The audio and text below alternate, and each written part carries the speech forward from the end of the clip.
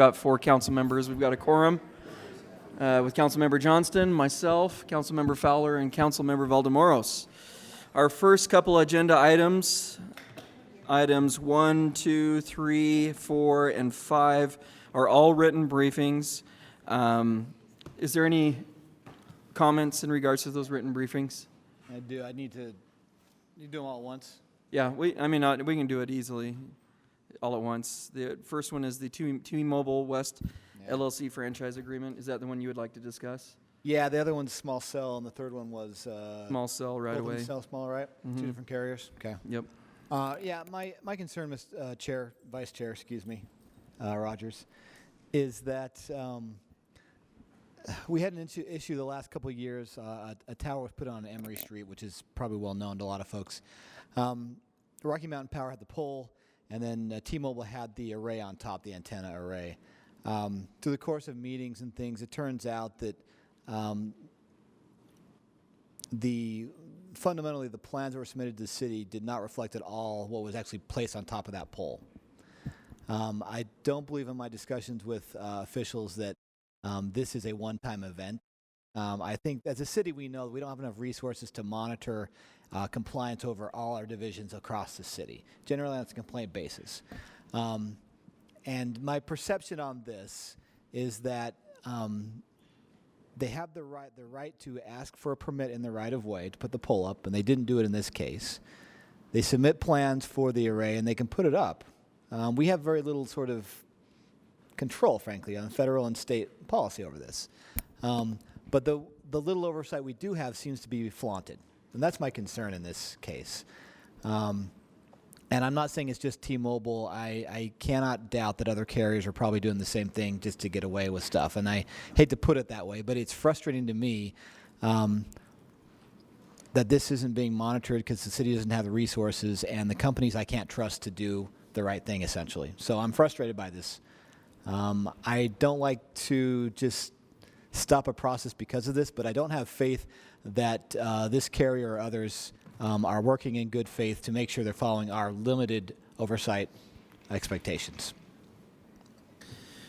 So, Mr. Chair, we're discussing the T-Mobile West LLC franchise agreement, Right. And Councilmember Johnston has some issues in regards to basically after the planning or permitting process, there's no real follow-through to make sure what they submitted was actually put up. Okay. So I don't know exactly how to go about this. I've been going back and forth on it, but I would love to hear from the franchisee who's applying for the agreement, how they would plan to help us ensure that what they submit to us and they're following city processes is followed through on.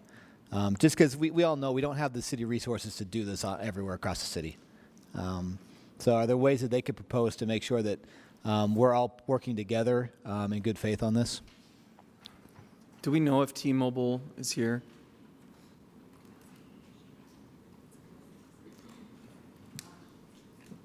I see some whispering, but I don't know.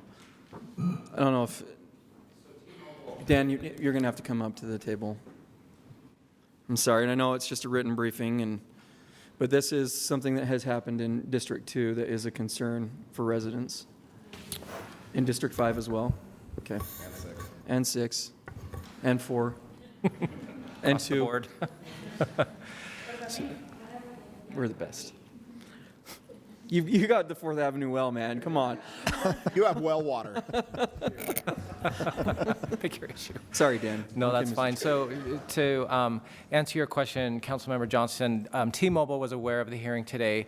They did have a scheduling conflict, but have committed to respond to any questions that we may have. So I'm happy to facilitate getting an answer and maybe a conversation directly so that we can answer that question. I've had discussions with them as well, and it's difficult because what I was told at one point was, well, previous employees didn't follow our processes internally or the city's processes. It doesn't give me a lot of comfort. I don't think this is a one-time event.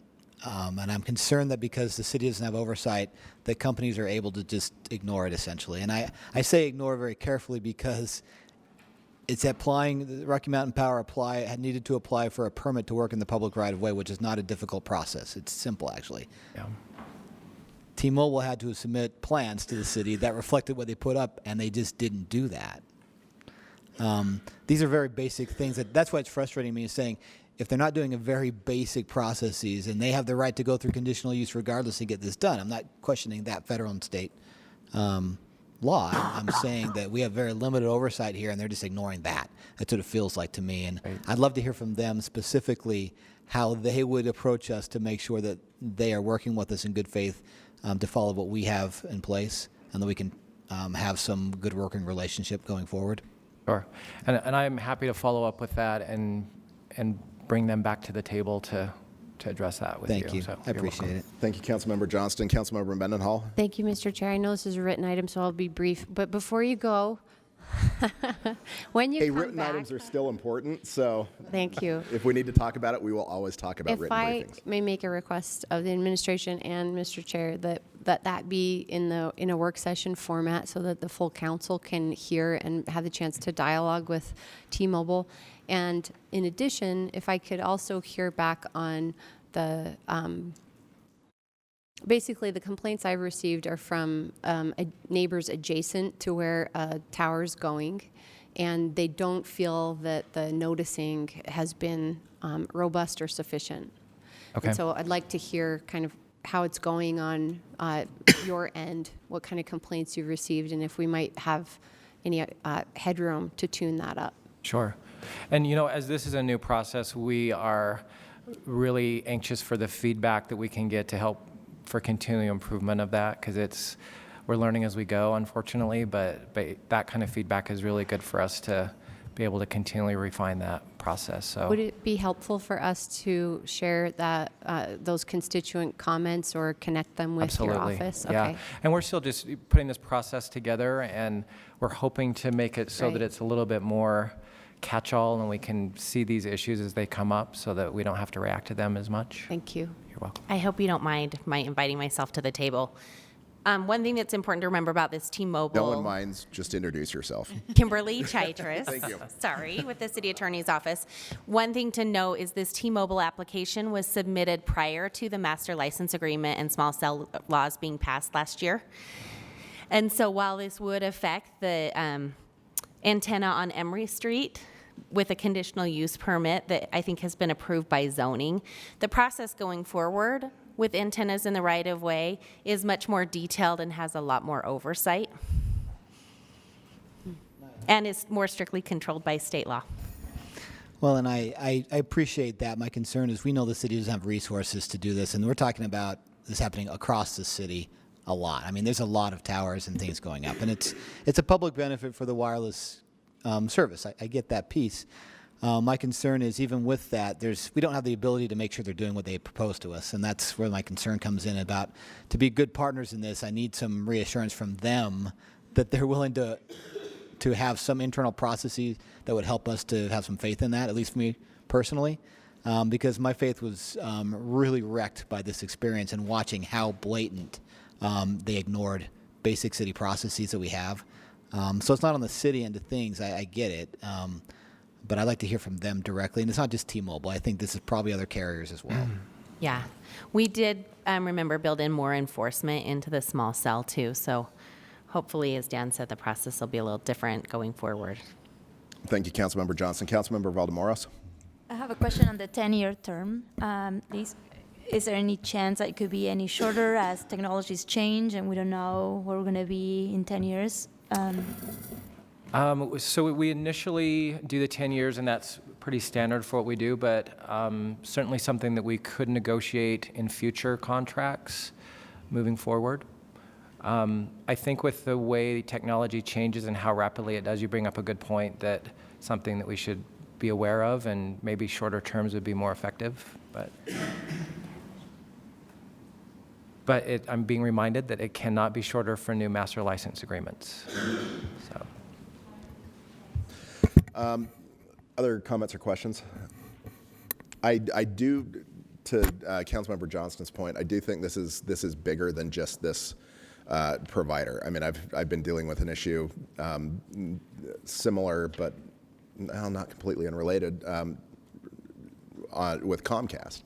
So I guess my question Well, to Councilmember Mendenhall's point, yes, we certainly can come back, because I do think that it's an issue that needs more discussion. What I would like to see, though, before we bring it back for work session discussion, is that if there are things that could help your office monitor these better, or to go out. I know that a lot of with all enforcement in our city, it's all complaint driven. That does take a toll on staff and time and everything else. But if we're really gonna look at this issue, if there's a position, or if there's additional funding, or if there's things that that your office currently lacks that would help you to stay on top of this, I think that. It's a nice theory that we tell corporations to come in and do the right thing. They're going to do what's in the corporation's best interest every time. That's the nature of a business. Our responsibility needs to be to ensure that what's happening at the city level is that we're good with it, that we're comfortable with it.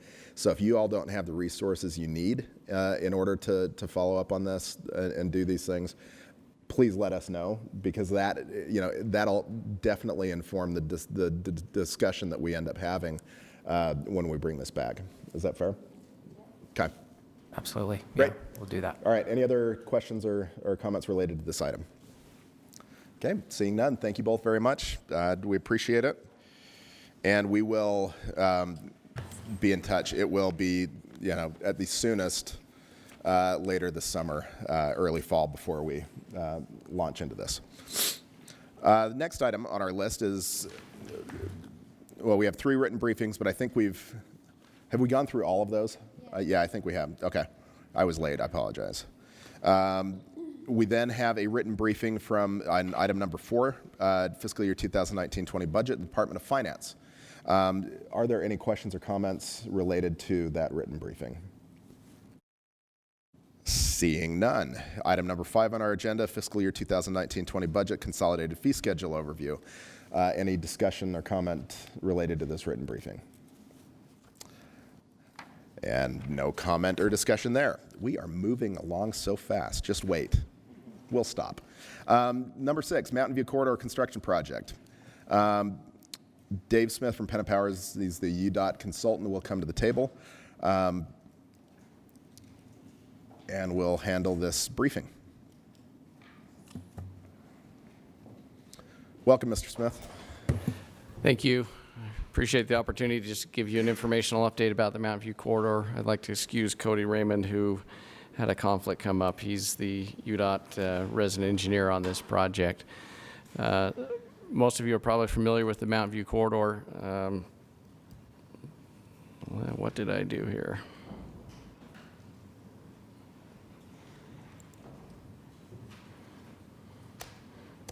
Okay, so I'm going to give you just a brief overview of the Mountain View Corridor program. Mountain View runs from Utah County at SR 73 all the way to I-80 in Salt Lake County.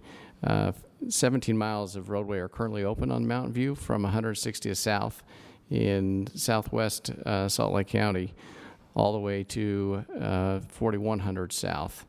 And there is a 3-mile stretch that is open from Redwood Road on 2100 North in Utah County that connects at I-15. There are 2 projects currently under construction on the Mountain View Corridor. One is in Utah County, where it extends 2100 North west of Redwood Road to SR 73. And then the project that you're interested in is in Salt Lake County, and a portion of which is in Salt Lake City, which we just started last month, which extends the current open section of Mountain View from 4100 South to SR 201 with connections to California Avenue. There are 2 sections of Mountain View that are not yet funded and would be future construction segments. One would continue from California Avenue to I-80, and the other would connect from 160th South, where it's currently open, to that 2100 North area in Utah County. We also have an express bus service that is planned for 5600 West, the International Center, the downtown airport, and downtown Salt Lake City.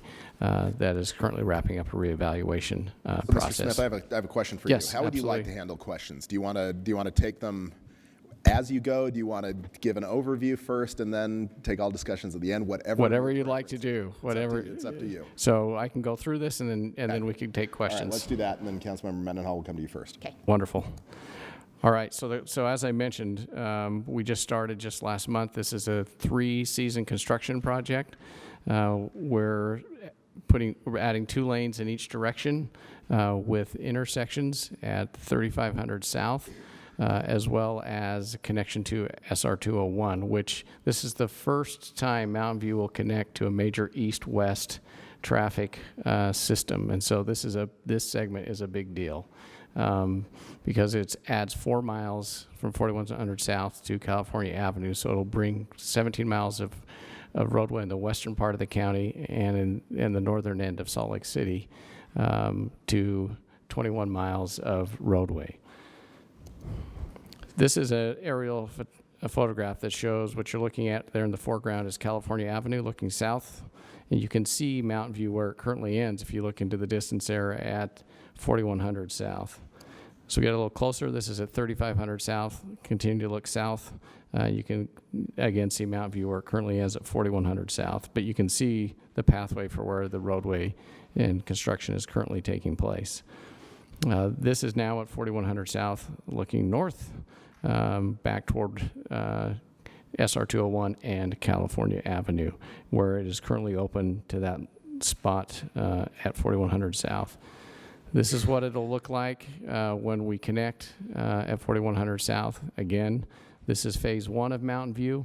So it's 2 lanes, one-way roads, north and south, with intersections at major cross streets. This is the reconfiguration at 5600 West and 3500 South. I won't spend a lot of time on this slide. But basically, as we come across 35th, we are also extending and widening and improving the intersection at 5600 West and 35th. We bridge over smaller cross streets at 2700 South, 3100 South, the Ritter Canal, and then we do have at 1730 a new connection and a permanent frontage road that we are adding as part of this project in Salt Lake City. That will become an access during construction for traffic to get onto SR 201. And then we bridge over 2400 South, or 2400 South, excuse me, bridges over Mountain View as in that location. This might be what you're most interested in. I don't expect you to understand all the movements here. I'm happy to answer any questions, but this is the final configuration of how Mountain View Corridor will work just west of 5600 West and SR 201. This outlines the connections to and from 201 to 5600 West and to the Mountain View Corridor, and all north, south, east, west movements are depicted here. We will start working in this area of Mountain View Corridor, 5600 West and 201 this summer, and constructing temporary routes for traffic to use as we start to close down existing accesses. So there will never be an access that is not made available if we close down one, and we'll have a new one created before we close down an existing access, so that all movements will be maintained throughout the course of construction. And then finally, we are doing all the hauling for material on this project within the project itself. So we do have temporary signals for haul truck crossings at 3500 South, at 3100 South, and 2700 South. And this is how people stay informed about the progress of construction in this area. We have an 800 number, email, website, and social media outlets which we keep updated on a daily and weekly basis of what's going on. So I'm happy to entertain any questions at this point about this construction segment or any other Mountain View Thank you, question. Mr. I'll do my Smith. best. Councilmember Mendenhall. Thank you, Mr. Chair. Thanks for presenting to us, Dave. A couple of questions for you. Talk to me about the future funding realities for you, or what you're hoping and anticipating for those unfunded gaps. Or those two gaps Yeah. in Particularly the north end, the north end. our gap. We have on that slide and in the information that you have, you will see that we do have estimated costs for those unfunded segments. Will you refer to a page number for me? Let's see if I can go. I didn't see that part. The overview map, maybe this doesn't have the, I'm going to back up there. I don't think we have costs on our. You may not have costs in there. I can share those with you. The estimated cost for this segment from California Avenue to I-80 is $860 million. There's currently no funding. You asked me to speak to, yes, that does have estimated costs on it. Is that not in your packet? Okay, this, all right, on the presentation, it does have an estimated cost on it. So if you have a copy of the presentation itself, it should be on that slide. And which page? This slide? This slide right here is page 2 Yeah, it's of the quite presentation, small. so it might be small. The red made it, I think it printed kind of funny. Printed kind of funny? For us. Yeah, Okay. we can't quite see it. Yeah. Okay, so California to I-80. California I-80. $160 million. Right. There's no funding that currently exists, so that question is hard for us to answer. But you probably have some RTP applications in, or, We have, I mean, it's programmed on the long-range plan, on Wasatch Front's Regional Council's long-range plan, that segment. I think it's in phase 2 or 3 of their plan for funding. It's just getting the funding from the state to move forward with that segment. I want to mention to my peers that, as you well know, this is within the Inland Port Authority area. And I'm curious about the Port Authority Board's ideas around their timeline, which I guess we're waiting to see their business plan, but I'm curious about how that business plan is going to impact the timeline on the completion of this piece of the MVC. You'll note that the two unfunded segments, one is located in the Point of the Mountain area with all the redevelopment there. The other is exactly located where the inland port is located, and this would serve as an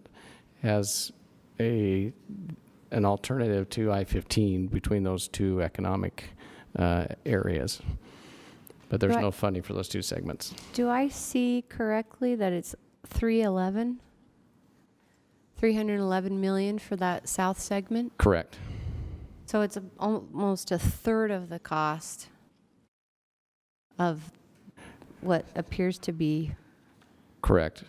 Most of that is in structures that have to be constructed in that area from California Avenue to I-80, Wow. as well as constructing the connection to I-80 as well, where a lot of that cost comes into play.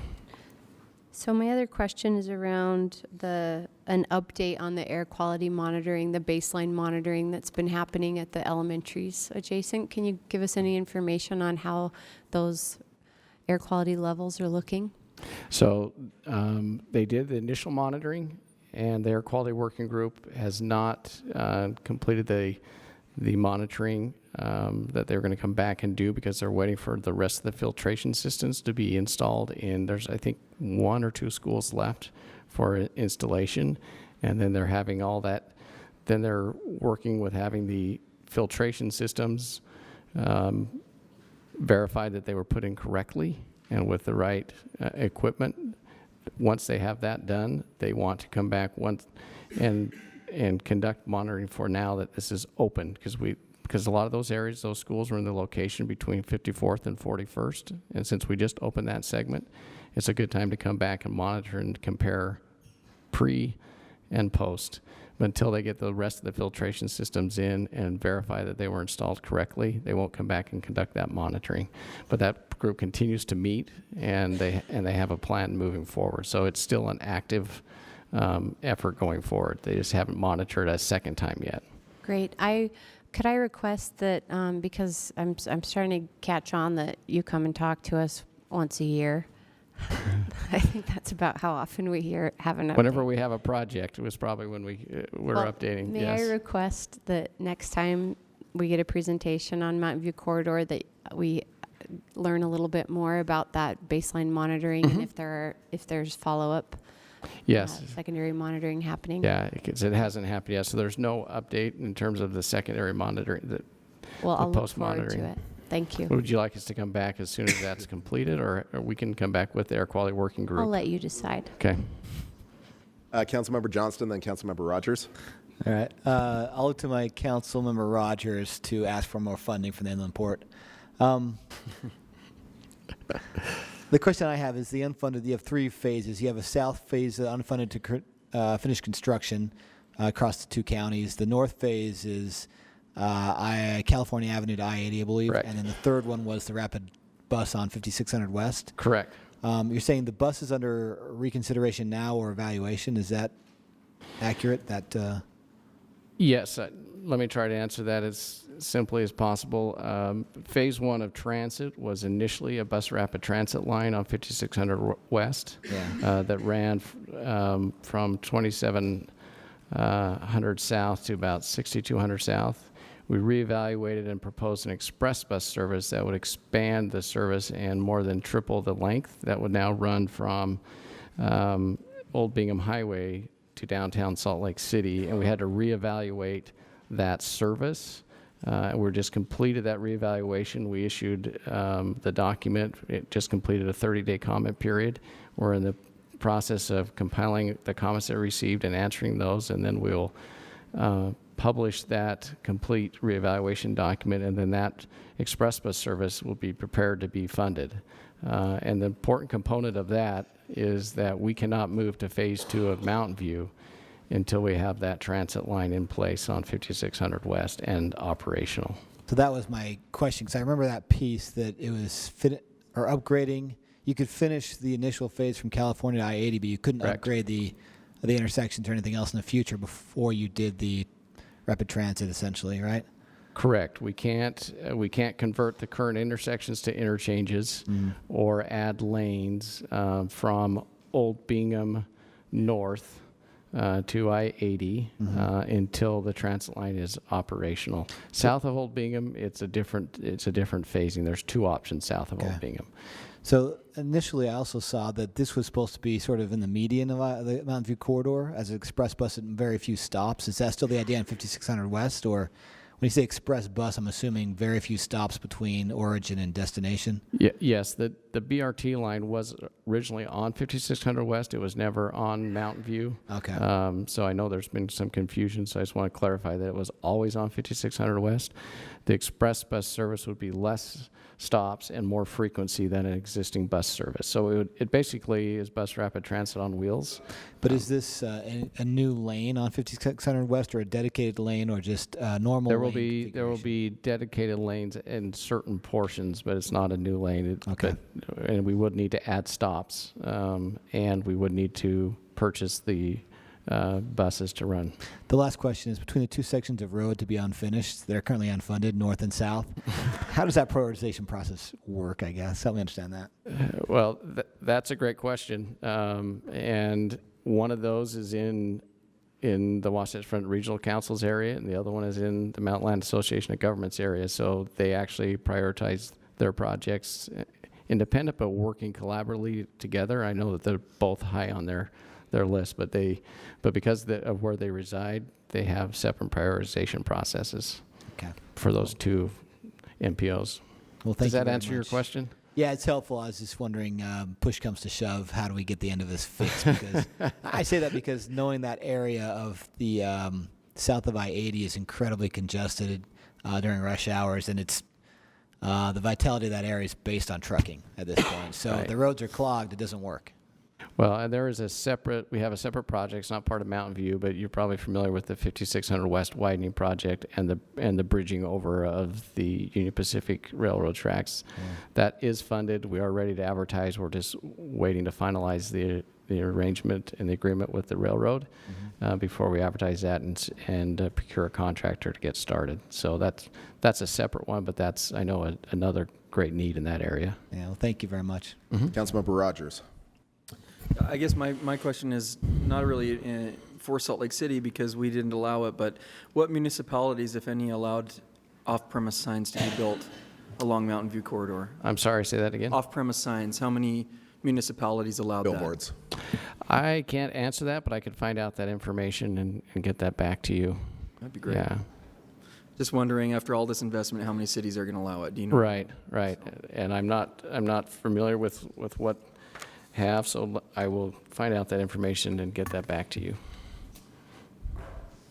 Any other questions or comments for Mr. Smith? Okay, thank you so much. Thank you very much. for Appreciate your the time. briefing on this project. All right, before we move to item number 7, let's go back to items 1 and 2, or 2 and 3, which were both written briefings. They were we dealt with some of the issues on the when we were talking about Verizon, but there are actually a couple of applications. Or T-Mobile. There are 2 other applications that were submitted after the state's process. So the Goshen one that you're talking about, Councilmember Johnston, was, I think, done before the state legislation. The other 2 have happened after. Does anybody have concerns about these master license agreements for the small cell? If we were to move forward, things apparently are more urgent on these 2 projects for Verizon and AT&T. We're set to take council action next week, and I was curious if it would be okay if it's the intent of the council to take action on 2 and 3 from our agenda while leaving the broader discussion about the T-Mobile franchise agreement to something later. Councilmember Johnston and Councilmember Mendenhall. I know we talked about this earlier. My concern is just one bad action hurts the entire process for all the providers, small cell or large cell. And the large cell experience on Emory Street has hurt my belief that these companies are going to work in good faith with us. I'm concerned about that piece. So I know our hands are tied. It's limited. I understand the need to do this quickly for them. I get that. But I just want to reiterate for each of them that any of their actions are going to have big repercussions on my willingness to work with them in the future. Okay. I know that we have representatives from both AT&T and Verizon at the table, or that are here, and they can come to the table if you would like to. You don't need to. Does anyone have questions? Do you want to pose that question to them, Councilmember Johnston? That's not really a question, it's a statement. Well, do you want to pose the statement to them? The reality is the city doesn't have a lot of oversight ability or bandwidth. We don't have a lot of people to monitor. We don't have the money to do it. It's on a complaint basis, frankly. And when somebody complains, generally they have a hard time getting through the process of getting to this, figuring out the resolution, right? We understand the limitations on the city about there's federal and state laws that are very clear, and there's an agreement hammered out this last legislative session. Understanding all that, the city has limited sort of oversight on some design elements, some location elements. The example I cited earlier is not involved to you all, but it was a clear example of a provider, 2 different folks, ignoring city processes completely, and on my view, hoping we didn't catch it. And that taints my view of everybody, which is unfair. But to have a good relationship, we can't have people just ignoring city processes and going about doing things that they know they shouldn't be doing anyway, and hoping they don't get caught. So that's my concern. So just a statement forward is saying, please don't abuse the relationship in any way. And I've heard the experience, it's the old people, they're not here with us anymore, former employees, and it doesn't matter, it's a company that's responsible, right? So I just put that request out there gently now, so in the future it doesn't have to be a more confrontational issue. Councilmember Mendenhall. Could I request that Kimberly Chytris come back just to answer a yes or no question for me? And the question is, regarding these franchise agreements, regarding the city's ability in creating franchise agreements with applicants and small cell tower distribution, do you see an opportunity for us to tighten the franchise agreement to better allow this accountability to happen through the franchise agreement? So I would say yes, we have provided that in the master license agreement in the small cell context. You're not going to see any more antennas coming up under the general master license agreement. That's going to be more fiber and other kinds of installations in the rights of way. But we certainly could revisit our franchise agreements and try to provide more enforcement mechanisms in them. I think that's what I'm hearing from my peers is that we want, We want to do that. that's what it sounds like. Mr. Chair, do you want me to do a straw poll? Well, no, I don't think you need to do a straw poll. I guess the question is, because we know that we need to work through some of these things. Do you want to hold up all of these applications? Is it possible for us to strengthen these franchise agreements that are before us today? The MLAs that are before you are the Verizon and the AT&T, and those have the stronger enforcement mechanisms already in them. We could go back. One thing about franchise agreements is we need to treat all of our providers equally. All the similarly situated users of the rights of way have to be treated similarly under federal law. And the agreement that we have proposed with T-Mobile is our form agreement that we have used with all other telecom franchise providers in the rights of way. We certainly could revisit that, and we can also, we don't currently have an ordinance that governs franchises, and we could put in place an ordinance. I just want to be sensitive to the fact that we need to treat them similarly under federal law. So while we could negotiate the franchise agreement, and we would just be doing that going forward, which I think would be reflective of what you want. So in that case, Mr. Chair, I would be okay going ahead, and I'm not sure that Councilmember Johnston is, but with the new singular and the Verizon Yep. Okay. pieces. Other questions or comments about? Yeah, the new enforcement's better, and so I would agree with that. My statement was they're always going to have more time and energy to find ways around this than we can enforce. Sure. I'm making a request at this point to be more vigilant and careful because I don't want to have this discussion again.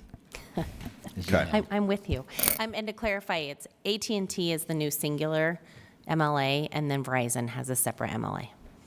So just to be clear, we're not changing anything. We're not changing anything on the tentative action at this point on any of the three. We still have the first item, the T-Mobile item that's listed for action on the for next week. Whether we move forward with that or not is up to us. The other two, though, I appreciate you clarifying the differences between those two. I don't think we need to do a straw poll about it, but I mean, is everyone okay moving forward with these two next week, and then seeing what kind of discussions take place this week on T-Mobile? Okay, all right, great, thank you. Thanks.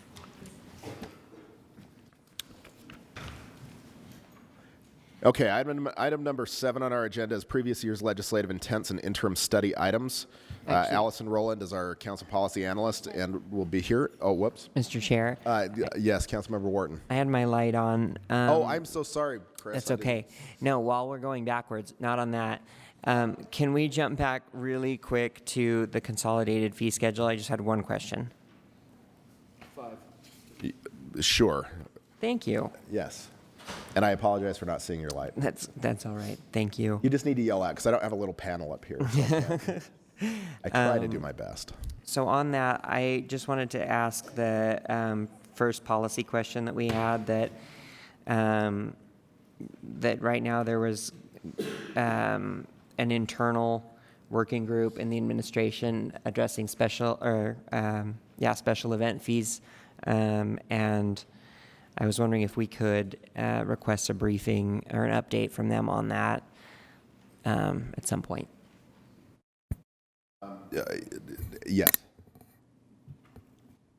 Great. Is there a timing? Is there a certain? Because I know we can get it in. The question is when. So, Well, I think how hard do you I think want us to we've work already this in? missed 2 of the 3 special events for this year. But I would rather have it, before the next, I would say before January 2020. I can commit to doing that before January. Thank you. Oh, the administration has agreed to? Okay, Oh, okay, great. great. Thanks. Okay. All right, Allison. Thank you for not asking me anything about the consolidated fee schedule. Well, we haven't got there yet. We will. I was going to make something up. Yeah, I know. We're going to ask you more. Educated guess, maybe. So actually, I'm going to talk about previous year's legislative intents. There are basically several pages of charts that review the legislative intents from FY19 and then going back several previous years for the odd legislative intent that has not been completed. The idea here is that the staff makes recommendations on whether to leave any particular legislative intent open or closed, and then if it's closed, whether it might be continued or considered complete. When it's continued, that typically means a policy change that is authorized by the City Council. So I'm not sure, Mr. Chair, if you'd prefer going through one item at a time or asking your colleagues to pick out the ones they are especially concerned about. It's up to you. Let's do this. Let's start with. Let's start to see if there is anything that jumps out for any of my colleagues on these that ought to be addressed. Let's handle it that way. Because if there isn't, then we will know. So, question to my colleagues on these budget issues and policy questions. Are there any of these issues that jumped out to you as you were reviewing your packets?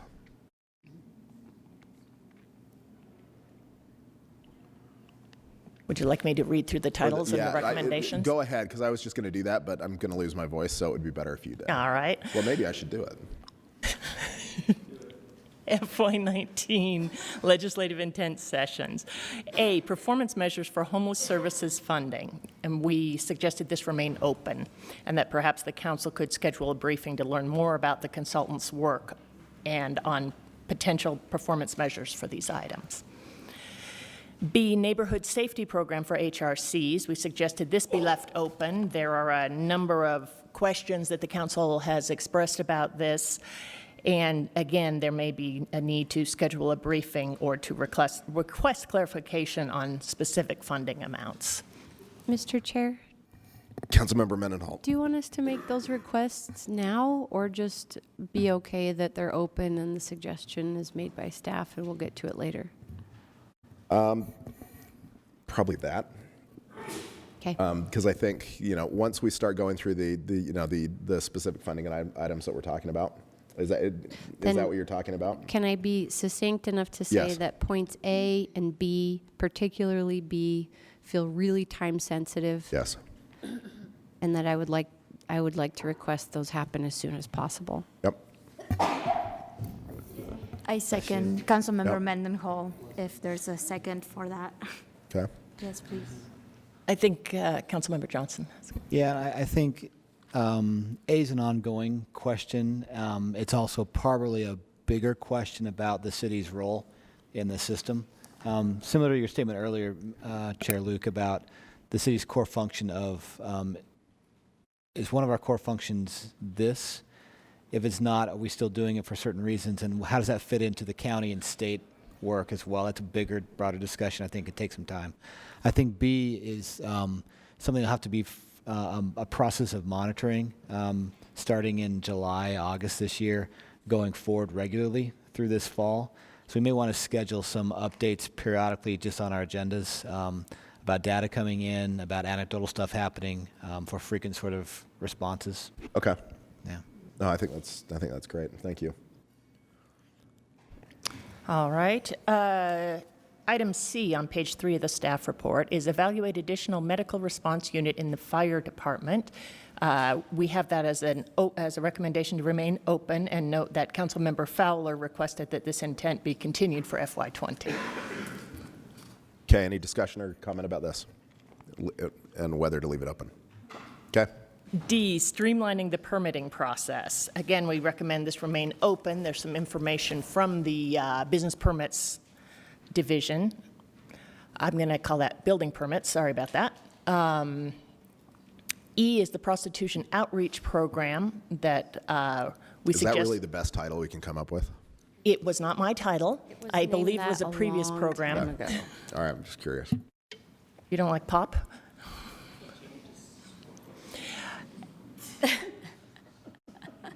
Again, the suggestion is that the council may request an update from the working group that the administration has organized. Okay, any questions or comments about this?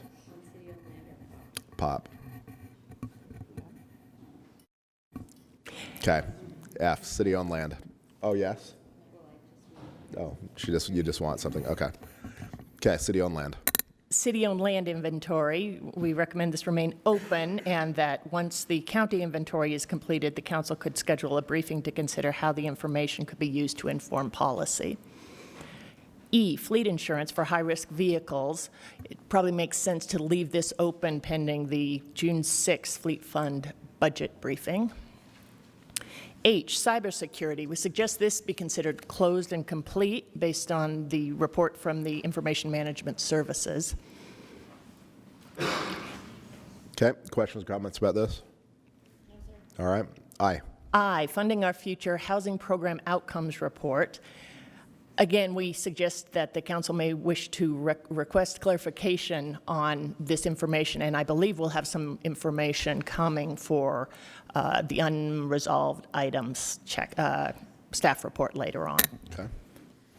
J, funding our future, the new sales tax funds for public safety.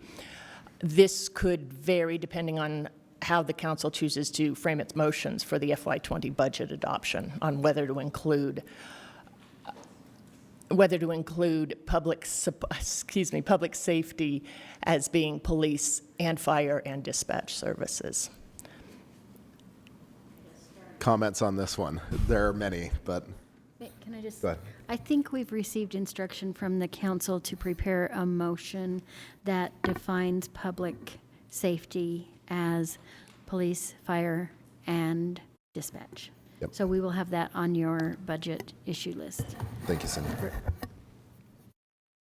K would be the biennial survey, which, as you know, was completed. We suggest it be closed, and that the council could schedule a full briefing on the results when time permits.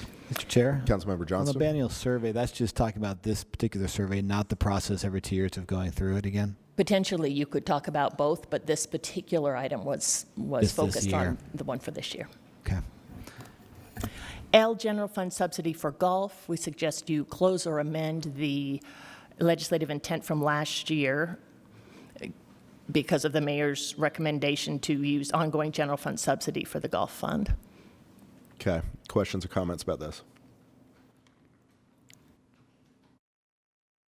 M is parking ticket budgeted revenue alignment with actual revenue. We suggest this also be closed and completed based on the assurances from the finance department that they are carefully tracking this in concert with public services. So my question on that, because I still am not sure if we're ready to close that.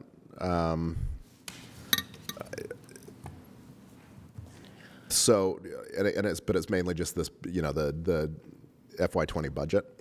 It seems very, very optimistic about parking increases. Would you like to speak to the Director of Finance? She may be here. I just leave it open. Okay. Yeah, I don't think we need to.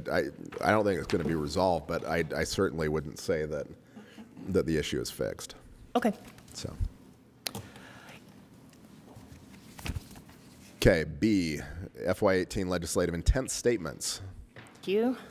Fund balance level. We suggest you leave this open and schedule a work session at some point to talk in more detail about this. Okay. B, Downtown Alliance Safety Ambassador Program, closed and completed. C, evaluate elected officials' compensation, closed and complete as well. D, secured parking on 500 West Green Median. This remains open. The council may wish to request an update or briefing when the administration reviews the project's effectiveness in 2019, which is this year. C, the FY17 legislative intent statements. A, administration metrics and reporting, consider updating or closing. And again, that there may be room for a briefing to review the performance measures in the FY20 mayor's recommended budget. This would be, I guess it'd be A2, public service maintenance at city facilities. We suggest this be left open in case the council would like to schedule a briefing on the facilities division asset renewal and deferred maintenance study, which all of you should have received a copy of. The second part of that is the Parks and Public Lands Division electronic work order system. And we suggest the council may want to leave that open pending inquiries about the expected date to complete these projects. B, fleet fund financial sustainability. This may be a legislative intent that the council would like to consider updating for review later in 2020 based on the funding our future funds that will be added to fleet. C, a cost analysis for development review team services. We suggest you leave that open because there hasn't been a completion date for the study on this item. D, a briefing on the PERF study defining success in responding to sexual violence. We suggest that be closed based on the May 7th briefing that the council received, which was the update on processing of backlog sexual assault kits. It seems like a lot of the same issues were discussed in that briefing. E, periodic study of public safety compensation. We suggest that be closed and continued. The next periodic study is anticipated to occur during the fall and winter of calendar year 2021. Okay, thank you. On this one, we may want to not just keep it open, well, keep it open, but keep in mind that there's interest in doing another employment survey. Last year, we've gone over police and fire, but we have not done public employees and AFSCME represented employees, and so that may be something that we want to look at for this next year.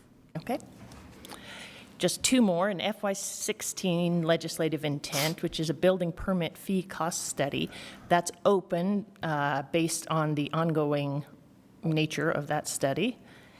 And for FY15, maintenance of business districts, that's open, reflecting the conversations between RDA and public services on how maintenance may be funded in these special districts. So that is it. Okay. Other questions or anything about this? Yeah, Councilmember Mendenhall. Thank you so much for tracking these items and for helping us. I think it's helpful, particularly at that while we're trying to wrap up the budget, to have a sense of some of those longer term conversations and ways in which we are or are not adjusting the outcomes in the current budget. So thank you, Allison, and all the staff who help us move these many conversations along. Yep, thank you very much. Okay, the next item on our agenda is item number 8, fiscal year 2019 and 20 budget, capital improvement projects overview. And Ben Ledke will lead this discussion. He's our council policy office analyst, one of them. Jennifer McGrath with CAN is the deputy director, and Dan Ripp, hand policy and program management manager, and Kelly Cleverly with the CIP specialist, or is the CIP specialist. You're not with the specialist, you are the specialist. Trying to be the specialist. Mr. Chair, I have a quick intro, and then the administration has a PowerPoint to go through. The Capital Improvement Program, or CIP, there are several significant changes in fiscal year 20 to point out. The biggest change is the deadline for the council to adopt the project-specific budgets has moved up. The new deadline is September 1st. Previously, the council adopted these project-specific budgets in the fall, typically in September or October, so this will be a little faster than in previous years. There are also changes to the city's long-term planning documents, specifically in Budget Amendment number 6, currently before the council. There is an update to the impact fee facilities plan, and as per the last discussion, we have estimates to update all 4 sections of the impact fees facilities plan: police, fire, parks, and streets. There is also a change to the mayor's recommended budget book. You may have noticed the CIP section was just a couple pages, and that's because the administration is working on a separate book for CIP, which is expected to be delivered later this summer, which will have all of the project details, maintenance costs, is it part of a master plan, all of the details you would normally see in the funding log. There is also the capital facilities plan, which is the 10-year plan. The administration forwarded a draft previously, and the council had a briefing and discussed it in January. At the time, the council discussed potential policy goals and metrics so that the plan would not only lay out what the 10-year list of projects is, but also what long-term policy goals the council may want to accomplish through your CIP. We'll be following up on those potential policy goals and metrics later in the summer. And I also wanted to highlight that in fiscal year 2022, there is a bond that'll be paid off, and about $5.5 million will become available in general fund dollars, which could come back to CIP. So whatever policy goals the council selected to implement, this would be a significant change, reducing your debt service and freeing up general fund dollars to advance that goal. So with that, I'll turn it over to the administration for PowerPoint. Great, thank you. Before we get into the PowerPoint, I just wanted to take a minute and update you on what we've been up to for the last year. Prior to this, as you may know, there's been a recent reorganization where the real estate and the capital asset group was moved in under the CAN administration, which allows us to be service agents to all city departments and divisions from a departmental level, which will bring more objectivity and accessibility to the process. In my new role as a policy and program manager, I've been able to help direct the CIP process with Callie Cleverly as a new CIP program specialist. We are both new to this process and have had a large learning curve to conquer, but thanks to Callie's organization skills, her attention to detail, and her ability to coordinate many moving parts, we're on a path to help facilitate continual improvement to the CIP process. This year, it's been to our advantage to have Ben Lutke observe and participate in the process. He attended each CDCIP board meeting and did well to convey to the board the council's vision, perspective, and priorities. And I also want to just take a minute to acknowledge the CDCIP board and the efficient manner in which they took on this task. Each board member came prepared to every meeting after reading through volumes of material and worked in a professional and a collaborative manner to make thoughtful and well-informed decisions. And so we're really grateful for them. And so moving forward, we're going to have Callie give us an overview of this year's process, and then we're going to turn time to Mary Beth. So this year, we saw a total of 49 applications. Total requested funds were upwards of $52.5 million total from all funding categories. We had 14 constituent applications this year, which essentially broke out to 6 requests for parks, 3 each for engineering and transportation, and then two applications that kind of came in without a clear category, so a miscellaneous area. Through the board process and the mayor's recommendations, we have a total of 19 projects that have been recommended for a total of just under $15 million in total funds. That breaks out to 7.1 in general fund requests, 4.5 in impact fees, and $3 million in Class C, giving us a total CIP funding of $29 million. Capital projects is about $6.5 million. Maintenance, just under 2. We have 12.5 in debt service obligation. And then the impact fees for parks was 1.3. Streets, 3.2 million. And then 3 million in Class C projects. This year, as Ben and both Dan have alluded to, we're putting together a CIP book that's going to be all of the details about all of the CIP that's happening within the city. And Mary Beth and her team are facilitating that. And so we'll be outlining specific project details within that book. Mary Beth, did you have anything to add about the CIP book? So the thing that I wanted you to note is this template has been given to Ben as well. We would like the council's input and council staff input before we produce this. If you would like more detail on it, less detail on it, the look of it. We kind of took what the airport's already doing and just basically springboarded off of what the airport is doing, because the airport already does pictures on theirs. Obviously, if it's a street, I'm not going to put a picture of a street. We'll put a map of where that street's located. But I think this will give you more detail, and you'll be able to have a visual going forward on each project that's funded. All the projects that are unfunded will be in the back as an appendices. We will lay out all of the stuff that you adopted in the resolution previous in the front, along with all debt service and debt service schedules as well, and then all CIP for all funds going forward. Thank you, Mary Beth. Will the book also include which projects are eligible for impact fees? Sorry. Yes. So we will put eligible for impact fees, Class C, or general fund dollars. So that'll all be on there. Okay. Yeah. I'm hoping that, in the future we can expand this book, right? So that this book is a one-year book. Maybe historically this event eventually will be more than just a one-year snapshot, so that you can see the progress on all of them going forward, right?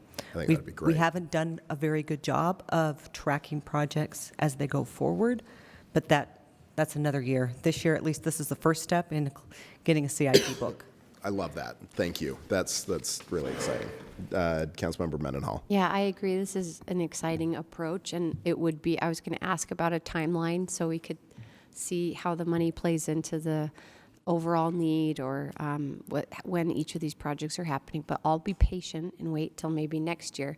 I think the other request, and you're probably going to do this in the debt CIP section, but based off of some of the conversations we've had in the last few weeks around the budget anyway, I think it'd be really helpful, especially we've got 3 newer council members, to help us contextualize the debt ratio that we carry, and perhaps based on a past request when I was asking if we could look back, and I think you said we have 15 years of the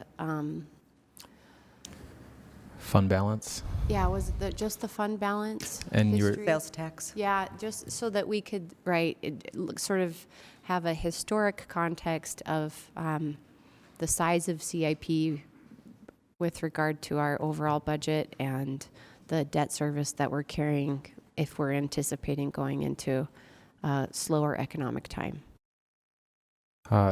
Each year we include an updated chart that finance puts together for debt service looking forward about 5-6 years.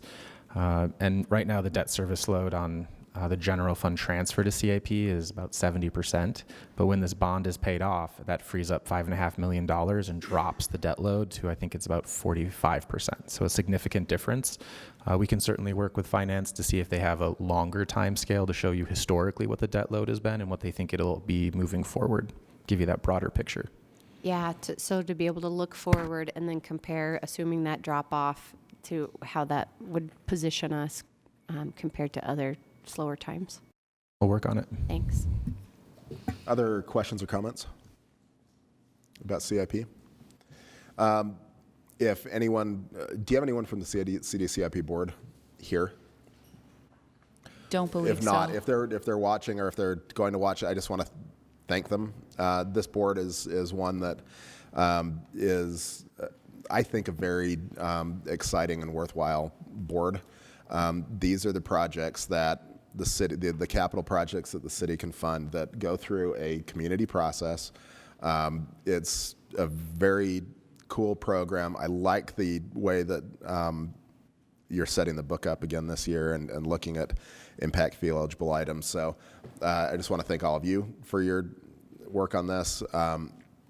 Thank your board for the incredible time and effort that they put into this. Every time we have recommendations from the CDCIP board, I have no doubt that they've been thoroughly vetted and thought through. So thanks to them.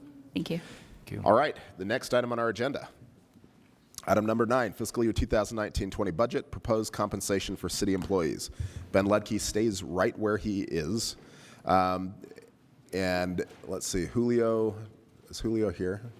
I don't see Julio, but I do see David Salazar and Jody Langford. David is the Human Resources Program Manager. Jody Langford is the Deputy Director of Human Resources. So if you could all join Ben at the table. He was. He stepped out. He stepped out for a minute. Yeah. That's all right. Is that okay? For now, we'll see. Yeah. Just a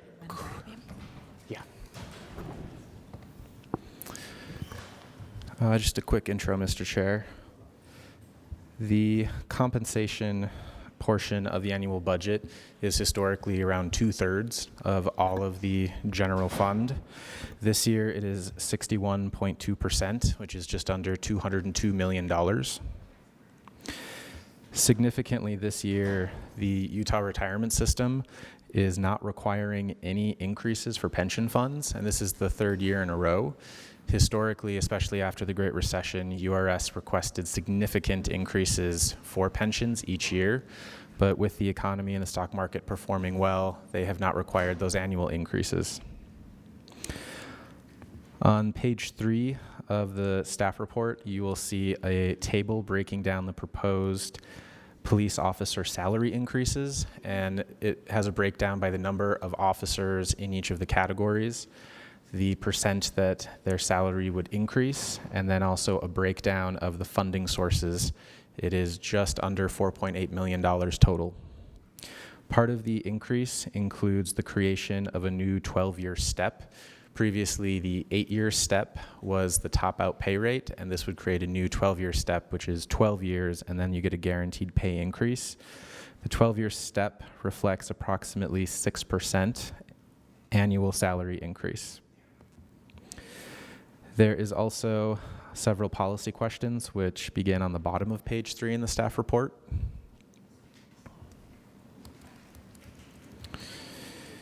And there's also a closed session on the labor negotiations later tonight. So that was everything I had. I know Jody went to go grab David Salazar before they do their presentation.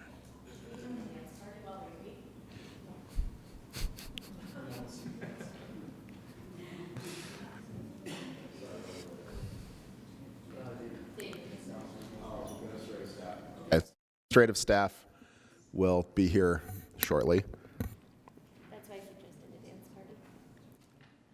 And here they are.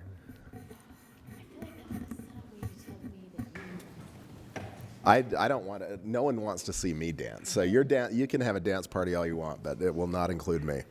David, sorry I didn't see you step out. I saw you here, but I didn't see you step out. So hopefully you've caught your breath. Okay, Ben, back to you. That was everything I had for the intro. So I think we're ready for the administration's presentation. Great. All right. So I'm just going to give you a highlights over the employee compensation budget that's been suggested for FY20. I can maneuver through here.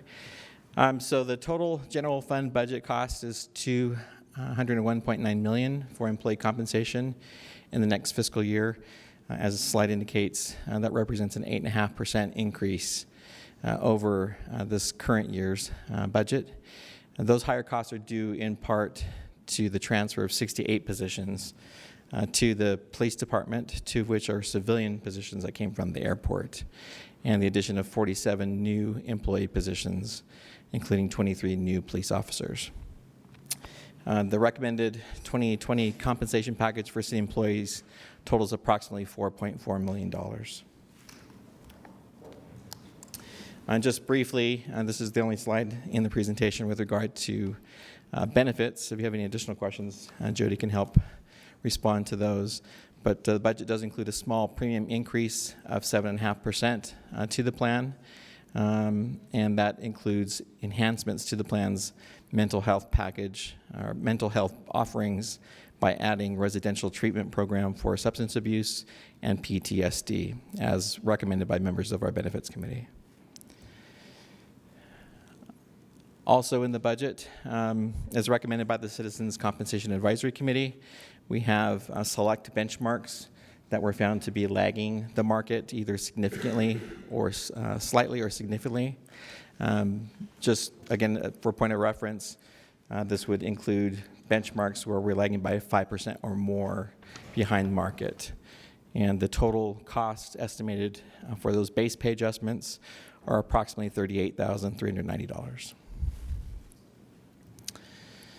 All right, just speaking to what's allocated for each set of groups or set groups of employees throughout the city, starting first with the non-represented employees, which includes department directors, appointed staff, non-represented professional and paraprofessional employees, and elected officials is a 2% general increase, and that is an amount that would be added to each employee's base wage or salary. Now, jumping into the union employees, I'll just mention briefly at the get-go that 2 of our 3 union groups have not yet ratified their agreements with the city. So that includes AFSCME and the firefighters union. So for AFSCME, currently what's in the budget includes costs required to honor the merit increases that have already been established for our 100, 200, and 330 series employees. Any questions about that? Questions? Just to clarify, David, when you said they've already been established, was that in the previous year's contract, or is that what the administration is working with the union on now? That's in the previous contract. So those are the rates that are currently okay, in so they've place. already negotiated their salary rate last year. Correct. Thank you. Now moving to the public safety side of things, and for this piece, I'm going to focus primarily on police and fire. As you're well aware, you received a presentation in March on the 19th from Mercer, who was the company who came in and did the national survey for us. You've already received those results, but we just wanted to highlight those again here for you in this presentation. So I apologize, the slide makes it hard to decipher exactly what's there. There are also hard copies in your folders, if that's helpful. But again, I don't know if you have any additional questions about the particulars of the results that were shown for each one of these. Any both fire questions and about the police. particulars on these? I think we're good. Okay. I'll move on then. Oh, there is a question. Councilmember Fowler. David, I think that you answered this for me last time, but my brain is full of things. Did the Mercer study include dispatch? It did not. It did not. Okay, I remember us having this discussion that in the future when we do this, we'd Correct. want to include them, right? Correct. I wanted to make sure I didn't dream that. And so just going back to this language to the left for both is the same for fire and police. And as already was mentioned, the next survey we anticipate will be in the fall or winter of 2021. And the plan is to include public safety dispatch. Okay, thank you. And just to underline that point, the recently completed performance audit of 911 dispatch, one of its recommendations was to do a salary survey for 911 dispatch employees. So the audit and your direction are in agreement. Sorry, Ben, can you restate that? The recently completed 911 performance audit, one of its recommendations was that a salary survey be conducted for the 911 dispatch. Okay. So that recommendation is in agreement with the council's direction to include dispatchers in the next public safety national salary survey. And that could also, we could also include them in the broader Ask Me issue that I raised in the last issue as far as their compensation study. So You certainly don't have to wait 3 years. no, exactly. So I think we can move forward with that study. Yep. Great. Right, as I mentioned before, police has in fact ratified their agreement that occurred on May 1st. And so as part of that, the budget does request or include costs required to honor the merit increases for those officers who are scheduled to receive a merit pay increase during this next fiscal year. So if they receive that increase, that can occur anytime throughout the year. It'll occur on their compensation date, as we refer to it, based on the years of service with the city. We also have incorporated a new 12-year rate to be more competitive with the topped-out rate compared with other local police agencies. That rate will be established at $35.10 per hour. And for those officers who are not topped out and not scheduled to receive a merit pay increase, will receive a 2% increase to their base pay. Yes. Morris? How many people in the 500 series, more or less, will potentially receive this increase? So this next slide actually details, kind of gives a breakdown for those eligible to receive the merit increase. And again, those amounts will vary anywhere between 6% all the way up to 17.5%. And we have a total of 81 officers that we estimate will receive those increases. Those eligible to be moved to the new 12-year rate include 191 officers. The new entry level step, which will be increased by 2%, we anticipate includes the 23 new officers that we will be hiring. And then those who aren't receiving a merit step, but will get the 2% base increase, is an additional 151 officers. We just have a brief slide in here to kind of show you something that was unique about police compared to fire, for example, is that we have seen their turnover increase over the past couple of years, whereas fires has decreased.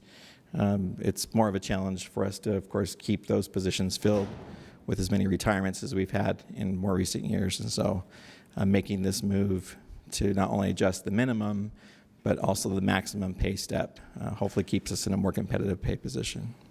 Councilmember Mendenhall.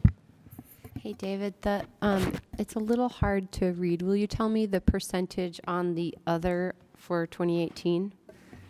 Yes, that's 0.09, that top number you're referring to. And thank you. And is it going back over the other years, 0.4? 0.04, yes. Or, yep, 0.4. So we're at, and 0.2 and 0.9 on the previous 2 years? Correct. So can you talk about that other increase? What that number represents, let me see. Yeah, or if there's, what kind of evaluation HR does? Is there, so if we go from 16, it's a doubling from 0.2 to 0.4, and then we a little bit more than double to 0.9. Right. So there's a trend here. So the larger numbers, of course, represent the number of officers who've resigned. The larger of all of those numbers are officers who have retired. And so other would be others who were perhaps dismissed during probation. So it's a fairly small number. So would resign mean that they may be going to the private sector or to a different department? Is that, if Either they one were of those. doing either of those, Right. they'd be in the So resign they left category? voluntarily, and that was either to pursue another career or to go to work for another agency. And do you have to-date numbers for 2019? Not currently. We can look into getting those for you, though, if you'd like. Yeah, that would be really interesting to see. I'd appreciate that. Thank you. That's all, Mr. Chair. One of the comments from the CCAC, the Citizen Advisory Board on Compensation, one of the things they commented on is that when looking at the turnover of police officers, it was below the city's average for the last several years, and it is now on par with that average. And they didn't have an exact cause why, but they identified it as something to keep watching, especially if it exceeds the city's overall. That would be something to investigate further, they thought. Respond Please to that, continue. Mr. Chair. Well, I guess I'm curious about whether or not that's a. It's interesting if they're the same, and so you could make an assumption that analyzing police attrition or the change in the staffing there is and should be comparable to other city departments, and yet but the whole public safety realm is such a unique. I mean, that's why we are doing separate compensation studies for public safety, because it is significantly different than many other departments and divisions within the city. So I don't necessarily, that doesn't bring me any comfort to hear if we're looking at attrition of PD versus the rest of the city, because they are distinctly different. We've always we've recognized that for a very long time. So it may be coincidental in my mind. Any other questions? Okay.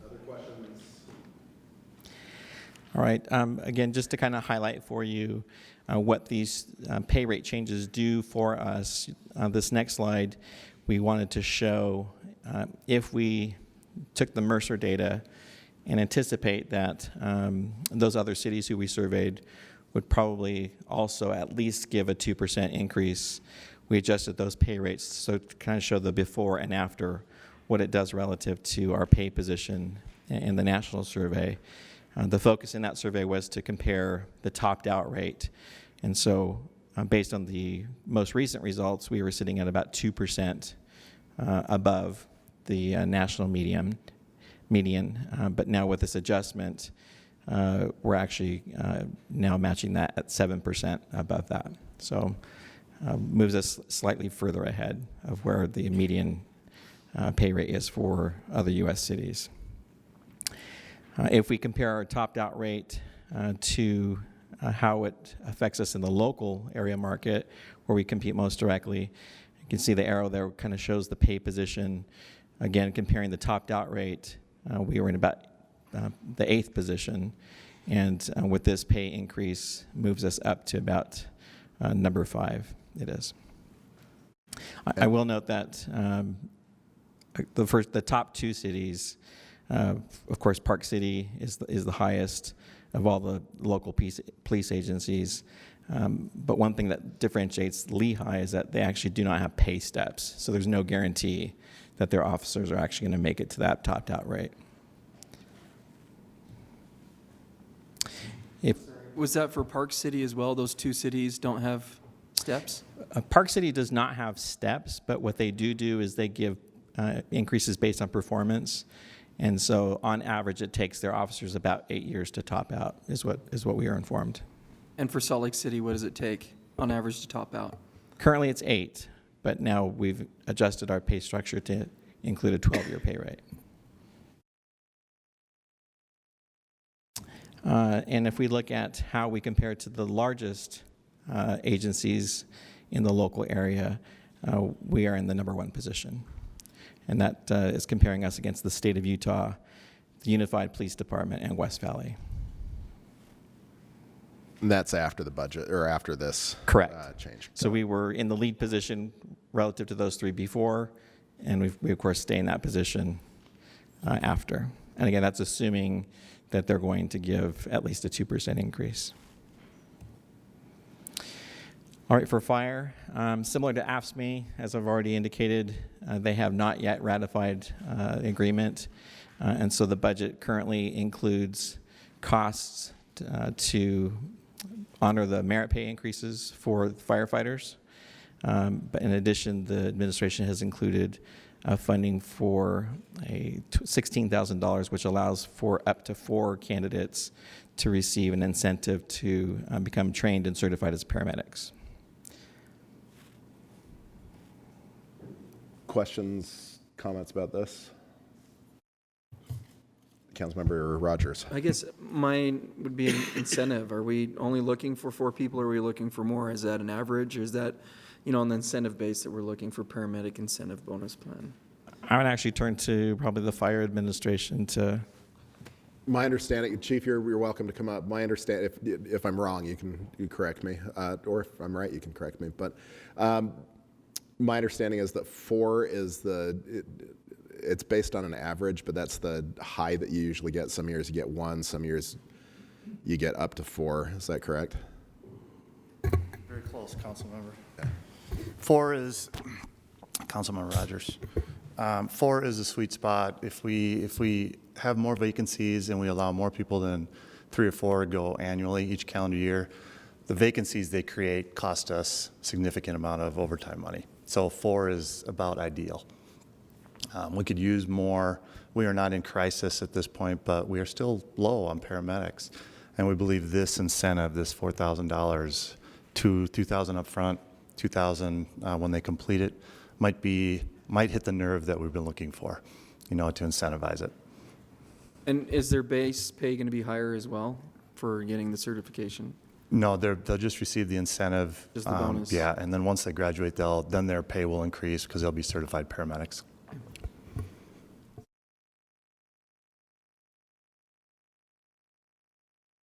Other questions about fire? Okay, thanks, Chief.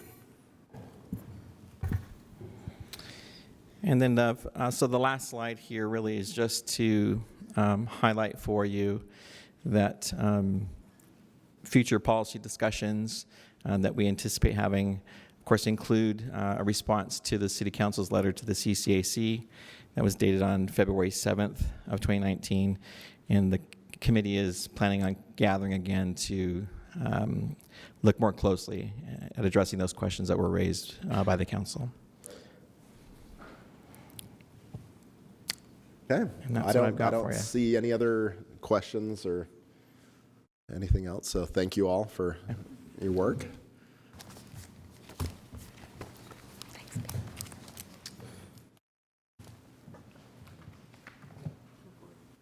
Okay, the next item on our agenda is item number 10, the fiscal year 2019-20 budget for Sustainability Department and the Refuse Fund.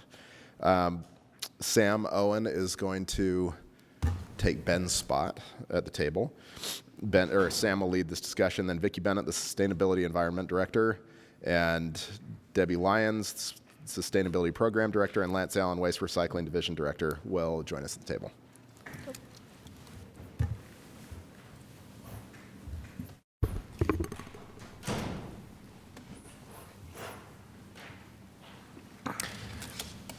Thanks, Mr. Chair. Got the Sustainability Department here to brief the council about their fiscal year 2020 budget. There are a few items I just want to highlight in the staff report. The first one being the department proposes a rate increase for residential garbage collection service of about 8.5% to 9.5% for the residential garbage collection, depending on the can size, to $3 a month increase for multifamily recycling collection. So that's the first item. So Sam, when was the last time that we had a fee increase? Been 5 years. 5 years. Okay. Yeah, the department reports that they do the fee increase For both the recycling and the refuse? Yes, it's one fee. It is the same fee. Okay. Mr. Chair, but I remember 5 years ago, we didn't increase some can size and some we did, correct? That's correct. So Yes. can you give me a reminder, which ones we increased? Was it the large one? 5 years ago, we increased the large one. We had a smaller increase for the medium and no we had zero increase for increase. zero for the smallest. We Yes. did propose a decrease in one of the sizes. We did. And I stopped that. Yes. And I'm hoping to stop a fee increase this time as well. We're more than willing to talk to you. Okay. Second item. So actually, let's stick on the fee increase for a bit. So Okay, what's the justification for an increase at this point? Okay. Especially on the multifamily, because that one I think is going to be a substantial substantial increase? Yes. Okay, I can give a little bit of overview, and Lance can cover some of the details of the costs that we're doing. I will start by saying that with our fund balance right now, a fee increase is not a necessity this year. So that is something that we will put to right away. It is a matter of having a, keeping an reasonable fund balance, and if we would not do a fee increase this year, we feel that next year, everything else being the same, if we kept the same services, et cetera, the fee increase would be larger, and so we were looking to have it be a step-by-step process. What's your fund generally, balance currently at? that would,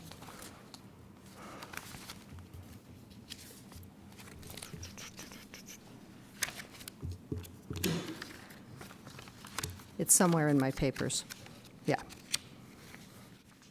So while I'm looking, the main thing that we have been doing in the past is we have a fee increase on a routine basis every few years, get it to a certain point, and then slowly draw down that amount. So we are doing the same, we're proposing to do the same approach this time. Fund balance is right now, I believe, around 20% of our overall operating requirements. We try and stay in the 15 to 20% amount. 6.8 million. 6.8 million, thank you. And we have determined that we want to keep at least 3 million in there. And so we'd be drawing it down further this year. So, and again, it's not something that is an absolute necessity, but we're trying to balance long-term. Yep. Yep. So what, Member Wharton? what do you anticipate that it would be next year if we don't increase it this year? Like how much of a difference will it be? Would probably double, but there are so many ways to approach it.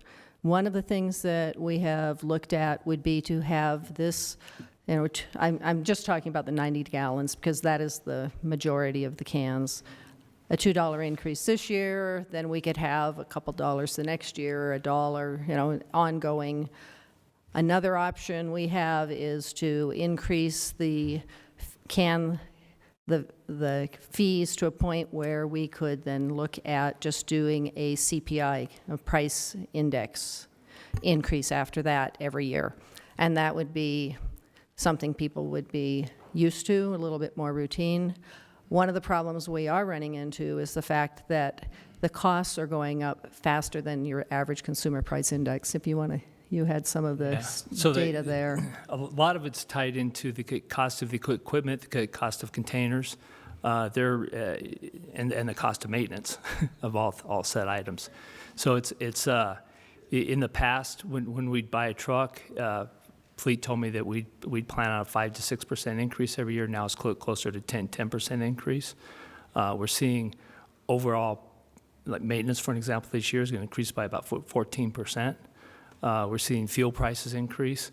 The tariffs are definitely impacting us greatly, even on the commodity side of the equation. So all these costs are just constantly going up, and you start to compound that over 4, 5, 6 years since the last price increase. You can see how it's impacting our costs. The commodity cost increasing, sorry. That's great. I was just going to say, what if since we don't need the increase this year, what if we went to the cost index this year? You're saying it would just be that in 2 or 3 years, then we'd have to do another increase and reset the index? Correct. The typical CPI index does not keep track with the cost of our business. Thank you. Go ahead. Sorry about that. So with the commodity area issue where it's just all over the place, are we finding a source for our recyclable materials? Yes. Everything that's the misnomer. Everything that was recycled prior to this is recycled now. Okay. It's just that there's the definition, like mixed plastics, perfect example. The mixed plastic, the reason that the other countries are having problems with mixed plastics is because countries sent all their plastics over there. And the valuable stuff, which you commonly refer to as number 1s and 2s, were picked out of there, recycled, and the rest was probably in the ocean or someplace else in the landfill. So unfortunately, that's what was going on. Okay. The current agreement that we have is all that material, if it can't find a market for it, because there's some of those like 5s, at some point will have a market and they can actually sell it. Okay. So it comes and goes. But the 3 through 7s will be used, what's commonly referred to as 3 through 7s, will actually be diverted from the landfill. But in this case, it's used as an alternative fuel, which is not the best case, but it's better than ending up in the landfill. Sure. Yeah, okay. Councilmember Mendenhall? No? Okay, thank you. Any other questions on this before they continue? Cindy? Just 2 points. One is that there's an interesting policy issue that the council could choose to weigh in on or just to continue to support what's been recommended, and that is that with a lot of the utilities, the base rate is set at what the actual cost is to go and to provide the water, say, or to provide the light, or to, in this case, pick up a container, whatever size it is. So there's usually a base rate set at that amount. In this budget, or in this fee structure, it is a little bit different in that people are incentivized to go to the smaller containers, and that serves a policy purpose. But we're not recovering the dollar amount that it costs to go out and pick up that container when we're talking about the small container and the rate that's charged for that. So you can encourage the conservation by encouraging people to use the smaller container, or you can encourage the conservation by saying, fine, keep your large container, pay more, but don't put it out unless it's full. So there's messaging that the administration does. There's the basic rate structure, though, that has that little bit of a twist to it, which easily can be argued from a policy point of view, but is a little different than setting other rates. So if you ever wanted to discuss that and come to your own conclusion, you could do that outside of a budget process or whenever, but that's a piece of information for you that Yes, and thanks for bringing that up, Cindy, because that is something we did a lot of outreach and work with the public on in 2014. We had a very large public process. We had focus groups and numerous bits of a lot of input from the public, and that was one part of it that people really supported. They said, we want to do something to ensure people recycle and not do as much, throw out as much garbage, and so they supported that. The tiered fees, that was something we had a lot of support for. But you're right, it has been a few years. It's been 5 years since we did that public process. And can I make? Yeah, please.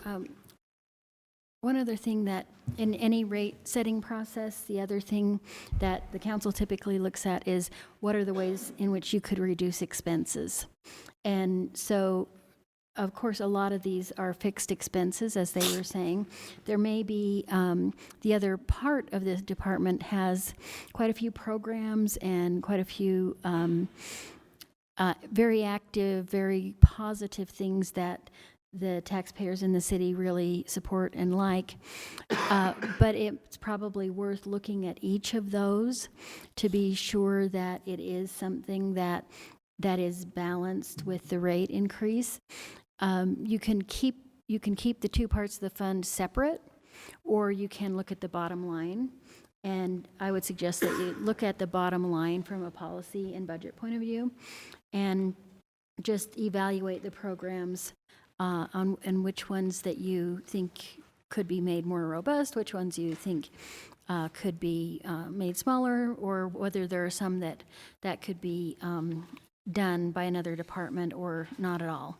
So those are discussions that we haven't often had with the sustainability department, and it's because they had a separate set of funding, which was the council at the time agreed, was it 2008 maybe, or 7? That the council did the ordinance to say that the money from the landfill comes to basically will be appropriated into sustainability. That is not a requirement, except because your predecessors voted for it. So you could choose to do something else with that funding from the landfill. But it's worked out well, so but that's a choice that's yours. And then what else? I think that's it. So there are lots of choices here, and sometimes we haven't scheduled the discussions for the council because it seemed like it was fresh for the council, and it's been quite a few years now, so it may be something you want to take a look at. And that is something that we have been always very careful to do, is keep our two fund balances separate, because we do have the refuse fund, which is directly what pays for the refuse pickup, and that's refuse, recycling, yard waste, call to haul, and that is from our residents' fees. And so that is a very strict looking at it as an enterprise fund, fee-based. Then from the sustainability division side, those are all projects. Those are separate. They aren't part of the fees in any way. Those have been paid for through, in the past, recycling monies we've gotten, and then all of the landfill dividends and distributions. And so we've kept those separate. And what I'm saying is that that's a policy choice for the council.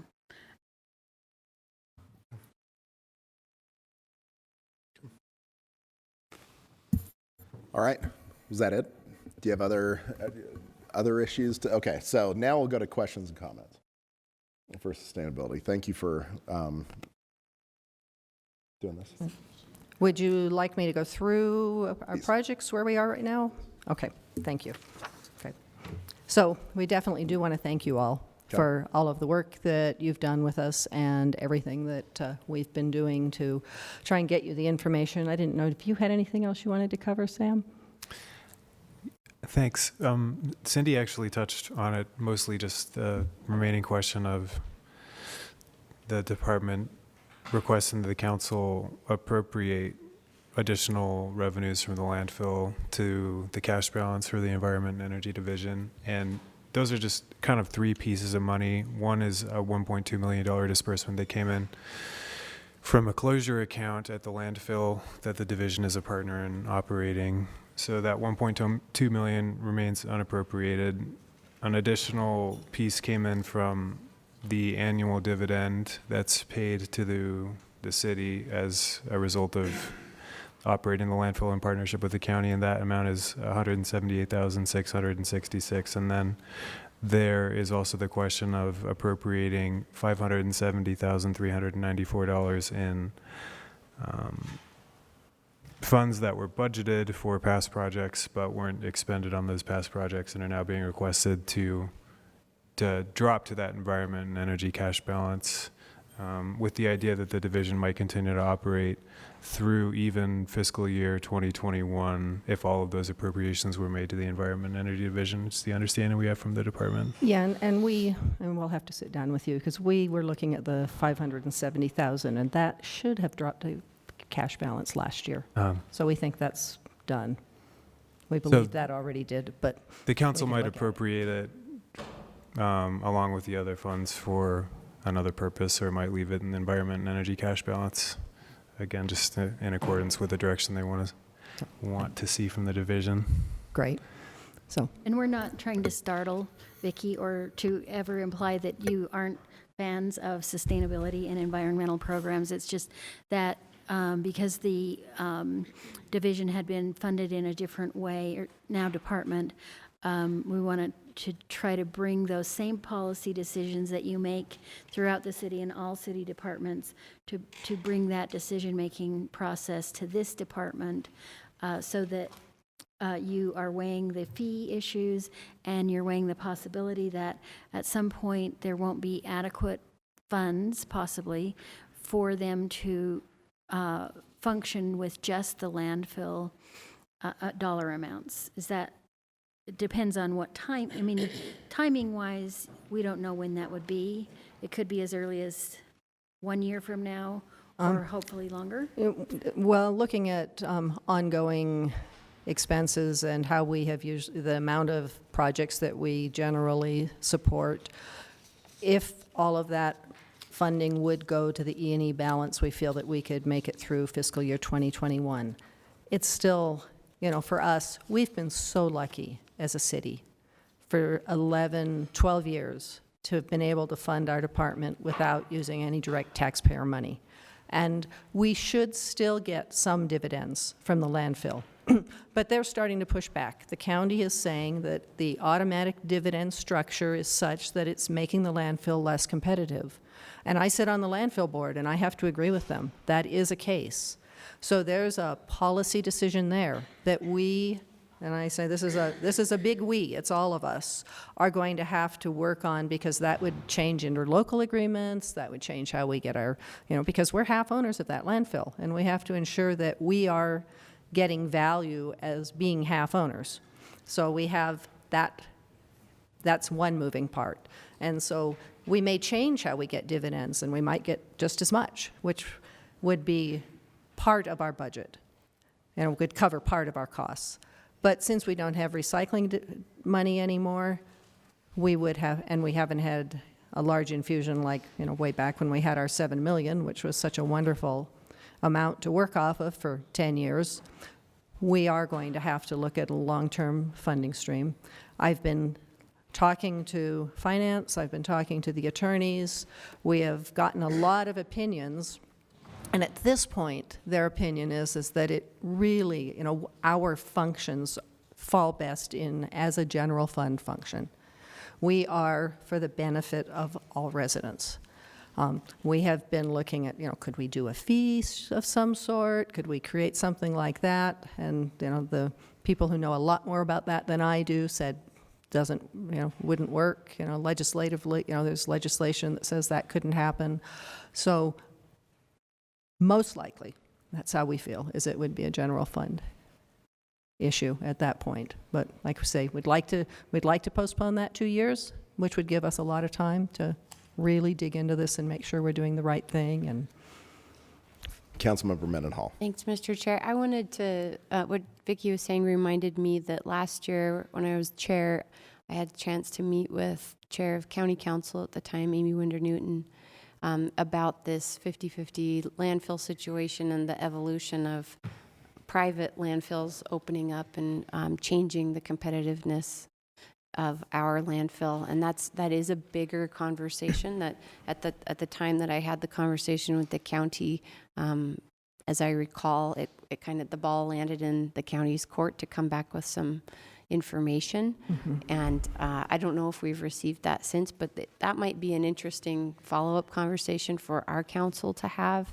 around our half ownership of that landfill and the reality of our sustainability department not being able to continue to survive off of that, which it has in the past.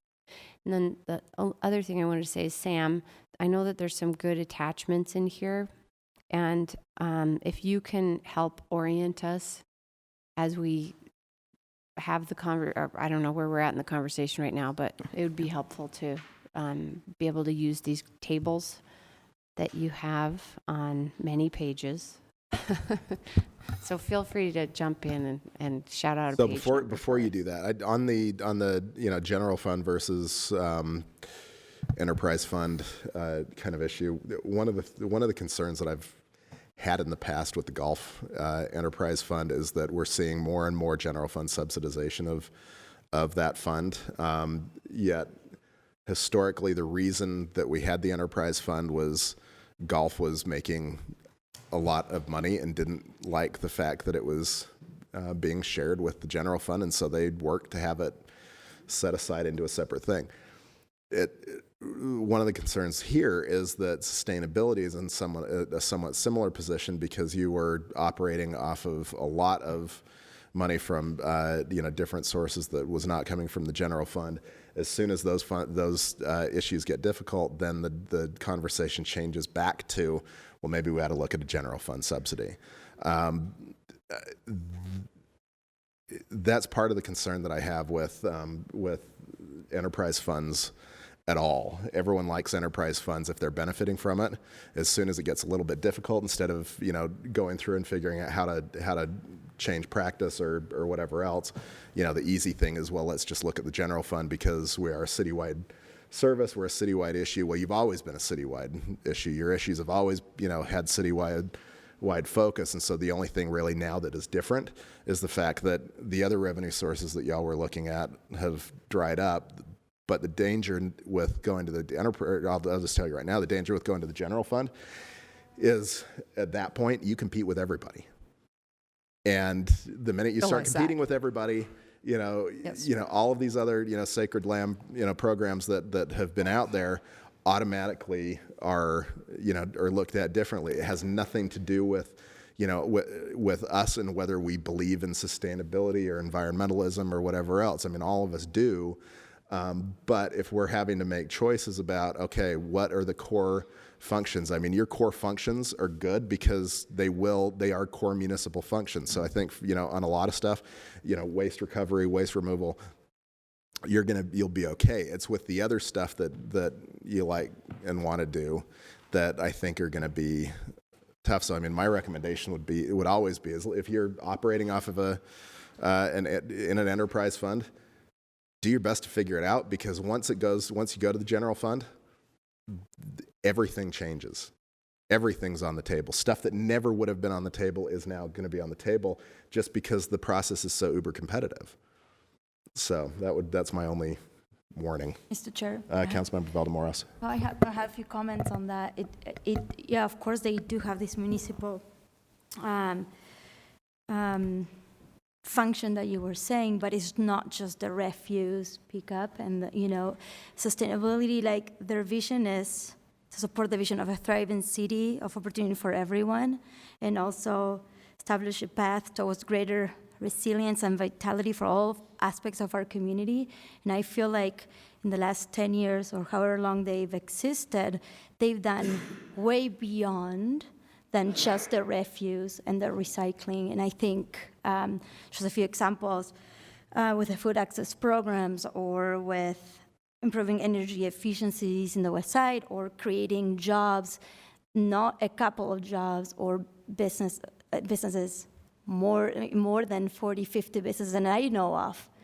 I think it's a little bit different than the golf enterprise fund. Well, what's the same, though, is they're operating off of money where they're not having to compete with anybody else.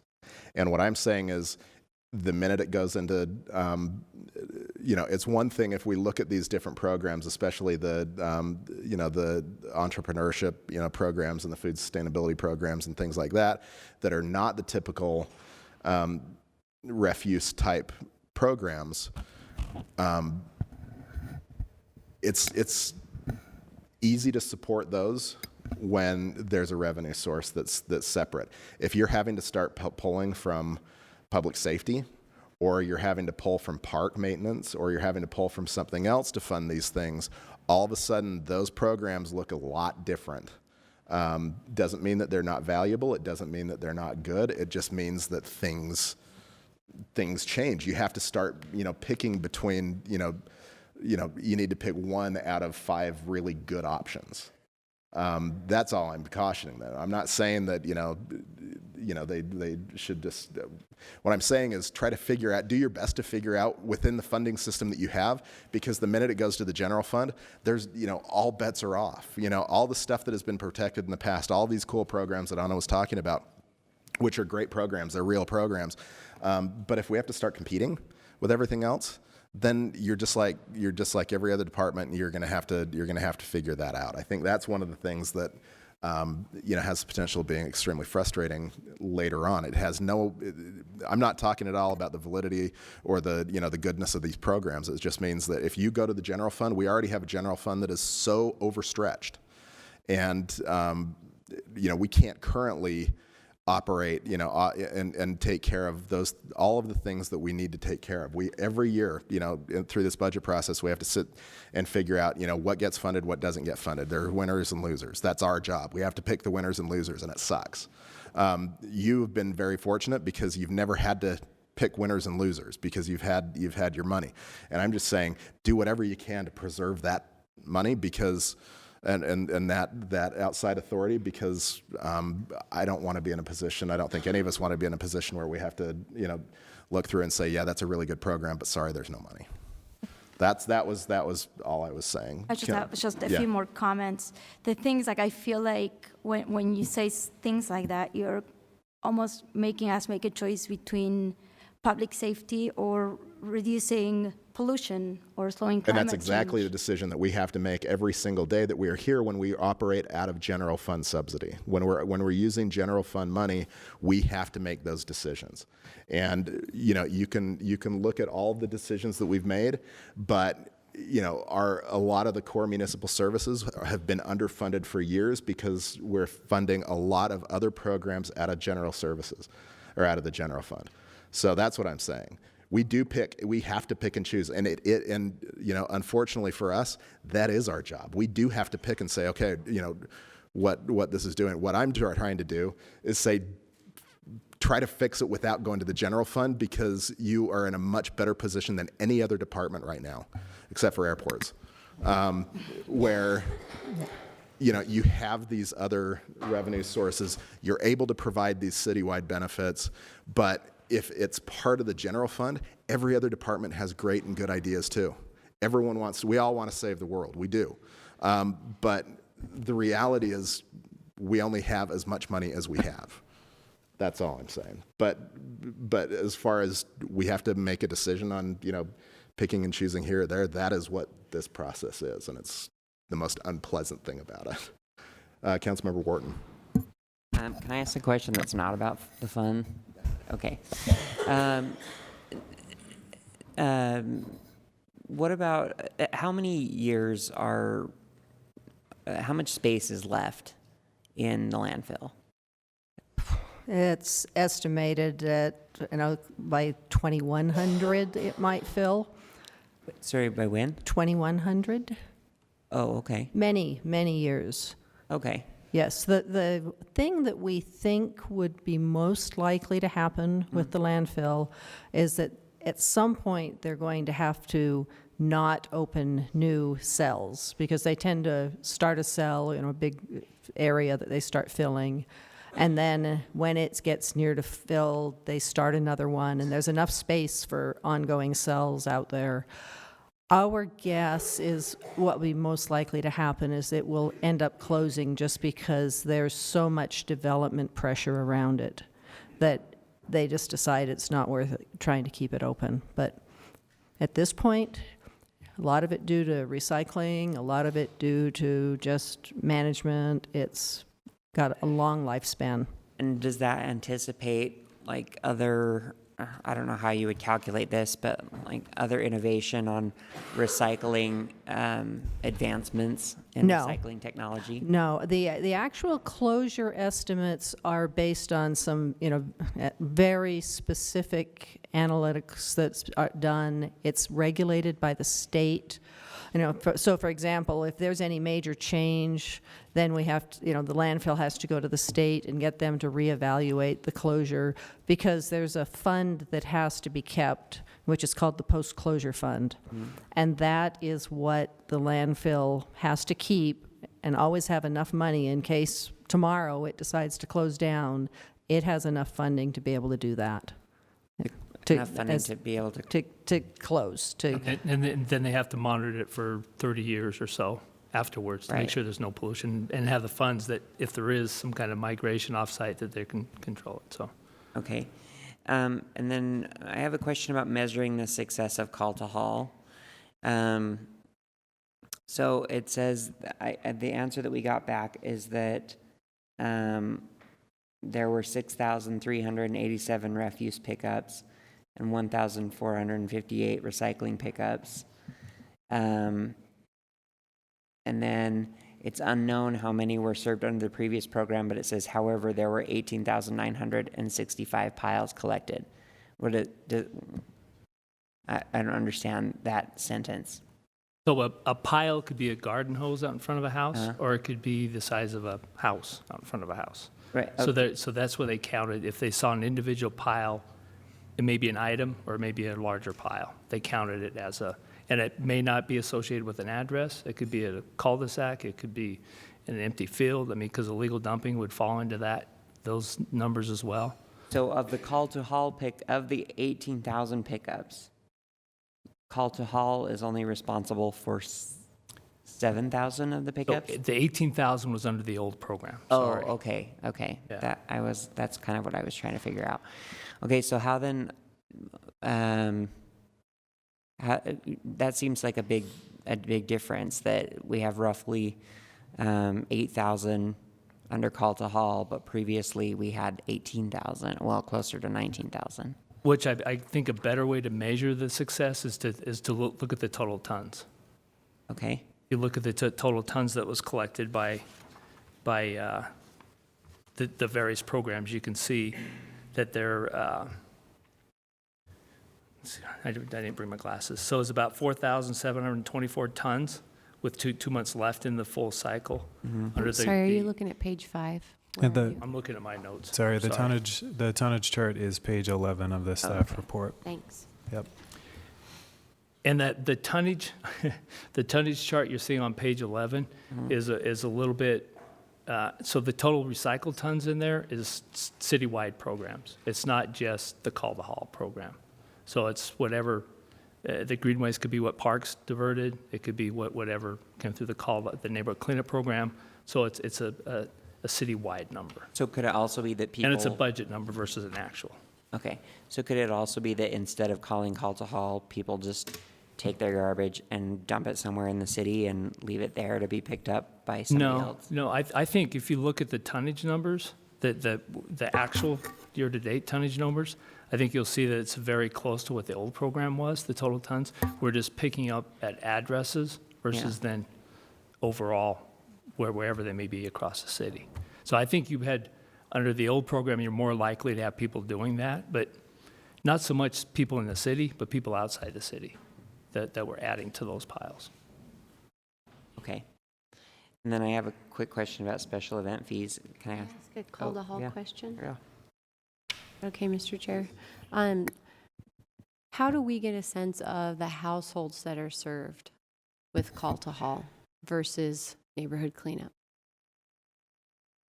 So with the neighborhood cleanup, we really did not have a good estimate of how many homes were using the program. We just knew how many piles we picked up based on what the operators reported.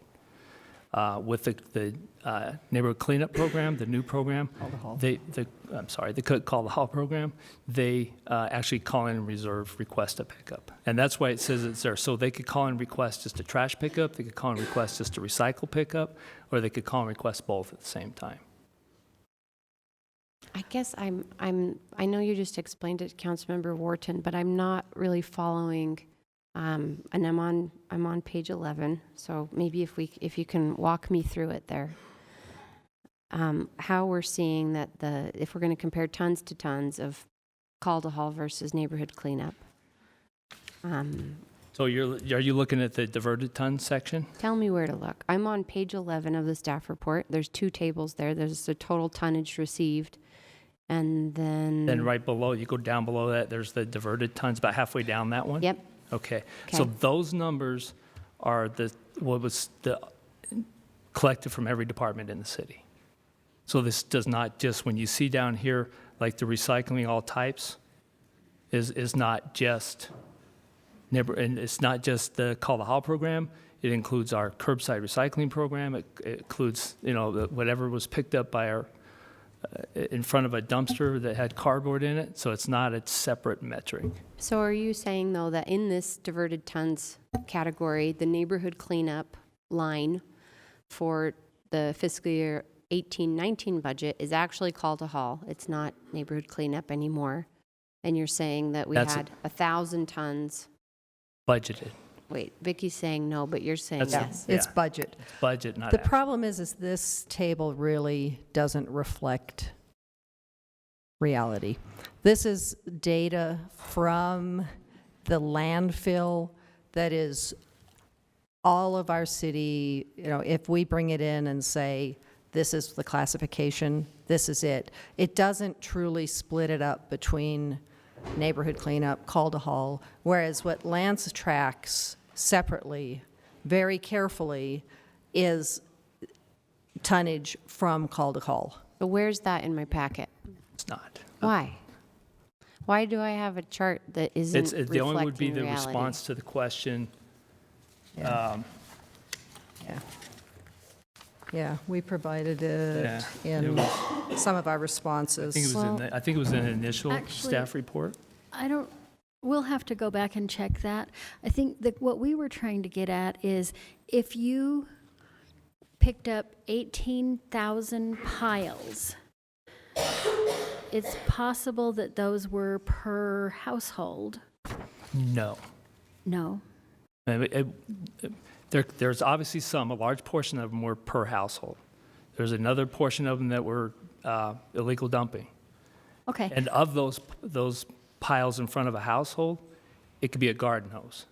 It could be, I understand that, but if you're looking at people served, this is the part we're having trouble understanding at the staff level. If you're looking at the number of households served, and you have 18,000 piles in one set of data that you picked up, and some of those, I think you would know which ones were illegal dumping because you picked those up at times of year other than your cleanup scheduled. no, it would Okay. be picked up while we were in the area. Okay. this one? Then the other number you have is the call to haul, which is a number that you know for sure how many. Okay. So that's 8,000 and 18,000.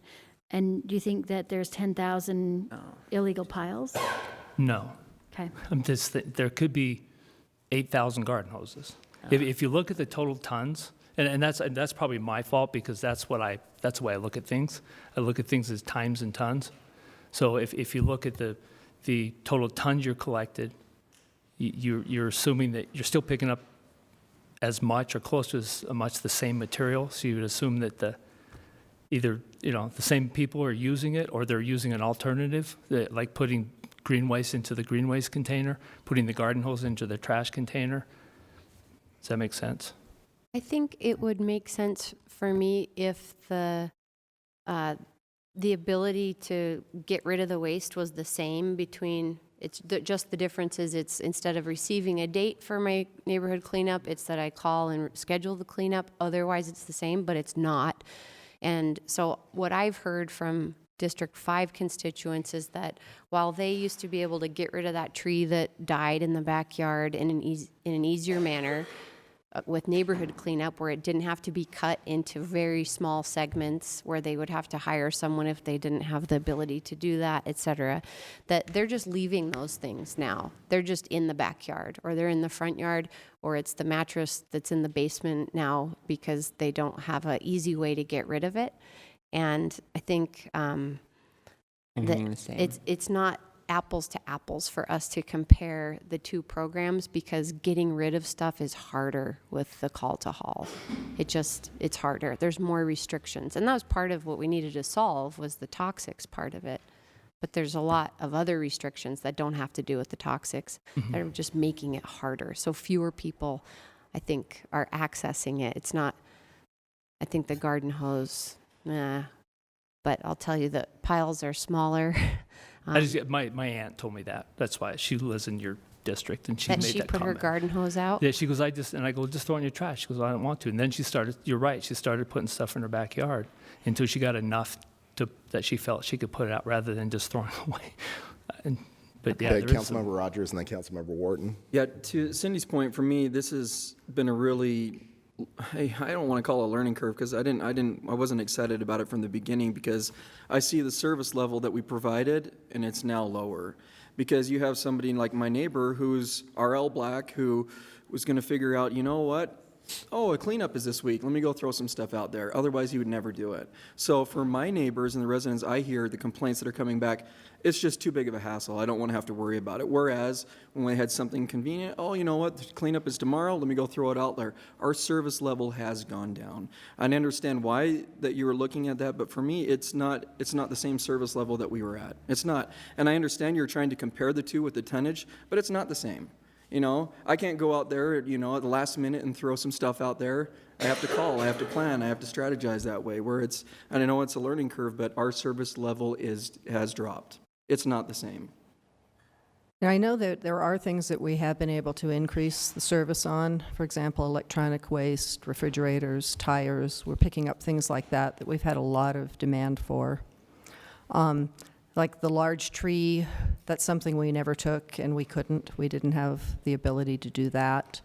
We do have some complaints about brush, and we're trying to figure out if there's some way that we can help people there, but it is then also an equity issue. At what level do we pick up large quantities of material and have that be an overall cost to people, as an overall fee, based on their fees versus, people with smaller homes who really don't need that much.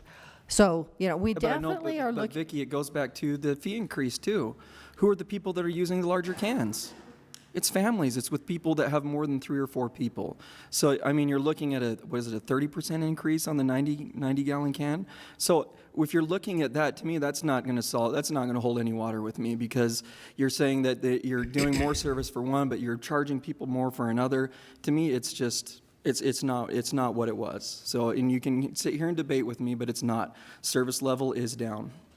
Well, and to build on your equity point, I was at a community council meeting in one of my community councils, and the issue of scrub oak came up. You mentioned that you're trying to figure something out with brush, and the response given from the mayor's office was that that if you can afford to live in a house with scrub oak, then you should be able to afford to have it picked up. So this seems to be a reverse equity issue, where you're making decisions. And so Councilmember Mendenhall, raised the point about people who just aren't having stuff hauled off. It's just staying, either the tree's staying in someone's backyard, the mattress is staying in someone's basement.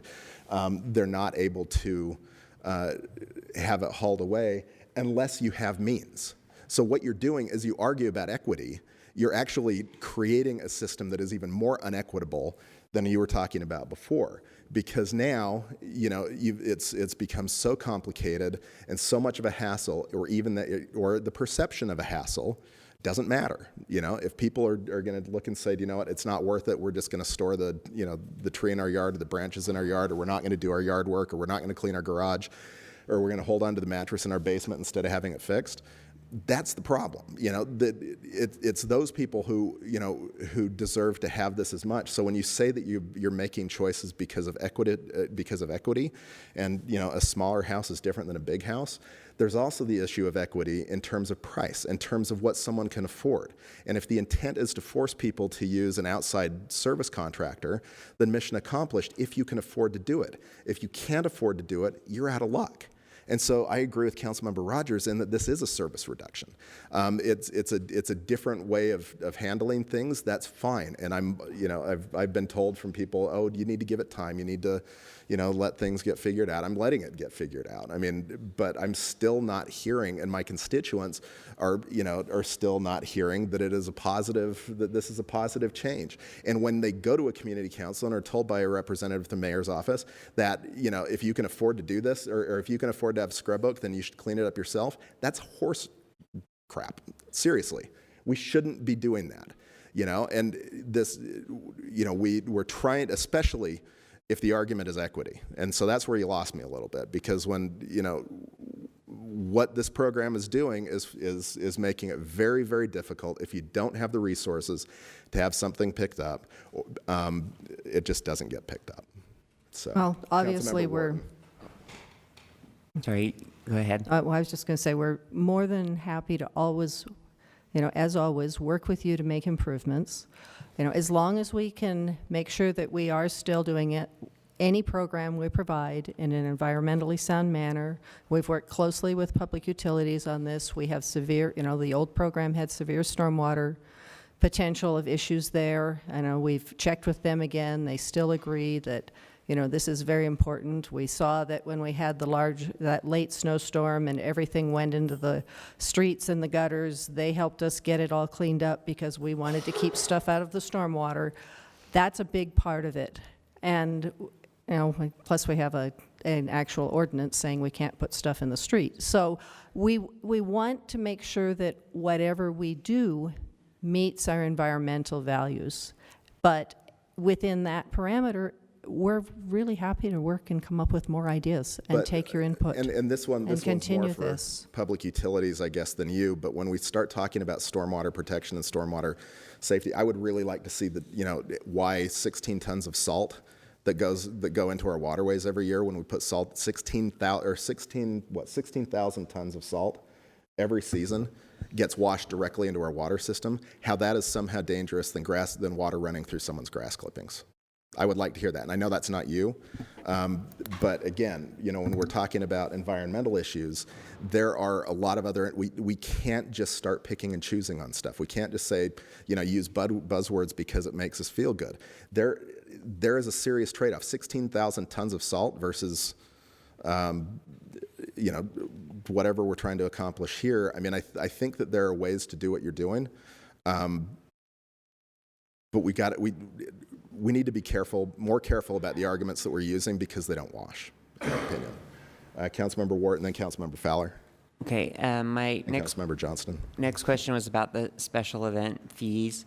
So I'm sorry I don't know this, but we voted to delay that, and then the administration has a work group that's evaluating all of the special event fees. So are we delaying the implementation of special event fee increases another year, or did we implement that for this year? We implemented on January 1. That's what Okay. the council. Okay, so, because there's a question here about delaying that again, so help me understand, or maybe Sam, do you know, the question that's in here is asking again about whether we'd want to change the effective date of the increase. The question is in relation to some of the inquiries that have been coming from the local nonprofits about special event fees and what the council might be able to delay or postpone or implement at another time. And the special event fees for the waste and recycling and refuse services were implemented along with the adoption of the consolidated fee schedule last year, put into effect January 1st. So there wouldn't be 19. So there wouldn't be a delay so much as like suspending those fees if the council was interested in doing that in response to the feedback from the nonprofits. Okay, and you're not asking for a second increase? No. Okay. And we have reached out to all of the affected entities and worked with them, and I don't think we've had much concern from them. No, we had not heard anything at this point. But we did meet with all of them. But our part of the special events fees, it's a very, small specific part of Right. some of the other. Yeah, well, they're still coming to me about it a lot. So, They call us. so I Interesting. guess, yeah, maybe that's just part of the bigger conversation that we need to have in the briefing that I know when we met with them and we didn't meet with all of them face to face, but the ones we met with face to face were concerned about the overall cost and the fees, but not specifically the waste and recycling piece. But they were very concerned about overall fees. They Can did I express that. jump in real quick with that? So was this in a meeting with just sustainability, just to talk about the waste increase fee, or was this as it resulted in all of the, like with everybody, and resulted kind of in the events people meeting with all of the different department heads talking about all of the fees? I'm not sure your question, Council. Was it But- just you? Yeah, it was just me. It was Okay. me and the I can't remember the name of the title, but that assessed the fees that works with the special events. We went and met with probably about 10 or 15 of the larger events around the cost of the fee and just explained to them how that would impact them. And we had that meeting, it was probably about summer of last year. Okay. Be interested in following up on that. And then, can I jump in? Sorry. No, please.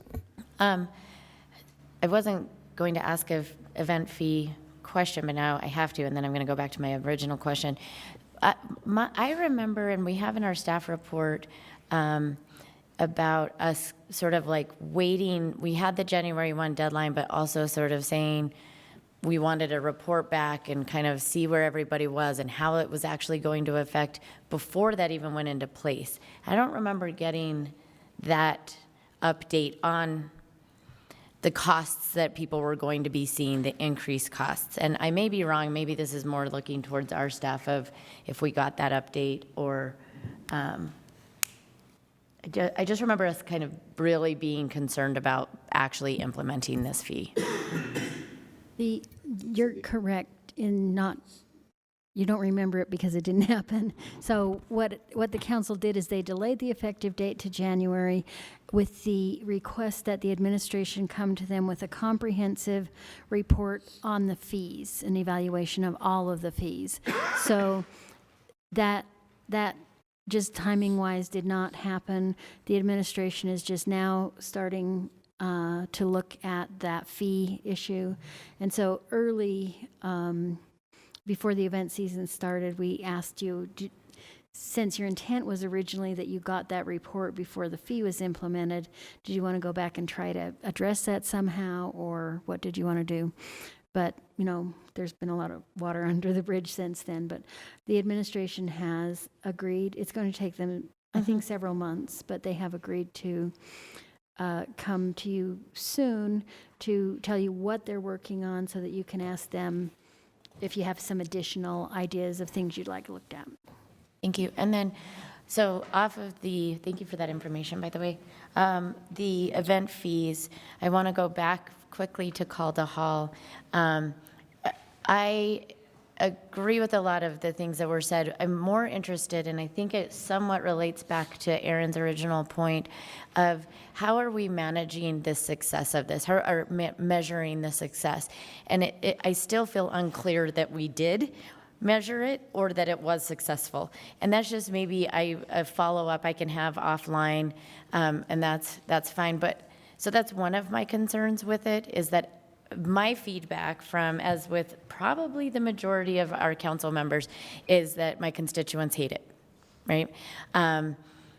And so I'm wondering what our measurements of success is. Is it also the tonnage that we saved from getting into the storm drainage? Is it the service that we've provided in the status, how our constituents and clients are feeling about the service? What are those measurements, and where are we on them, right?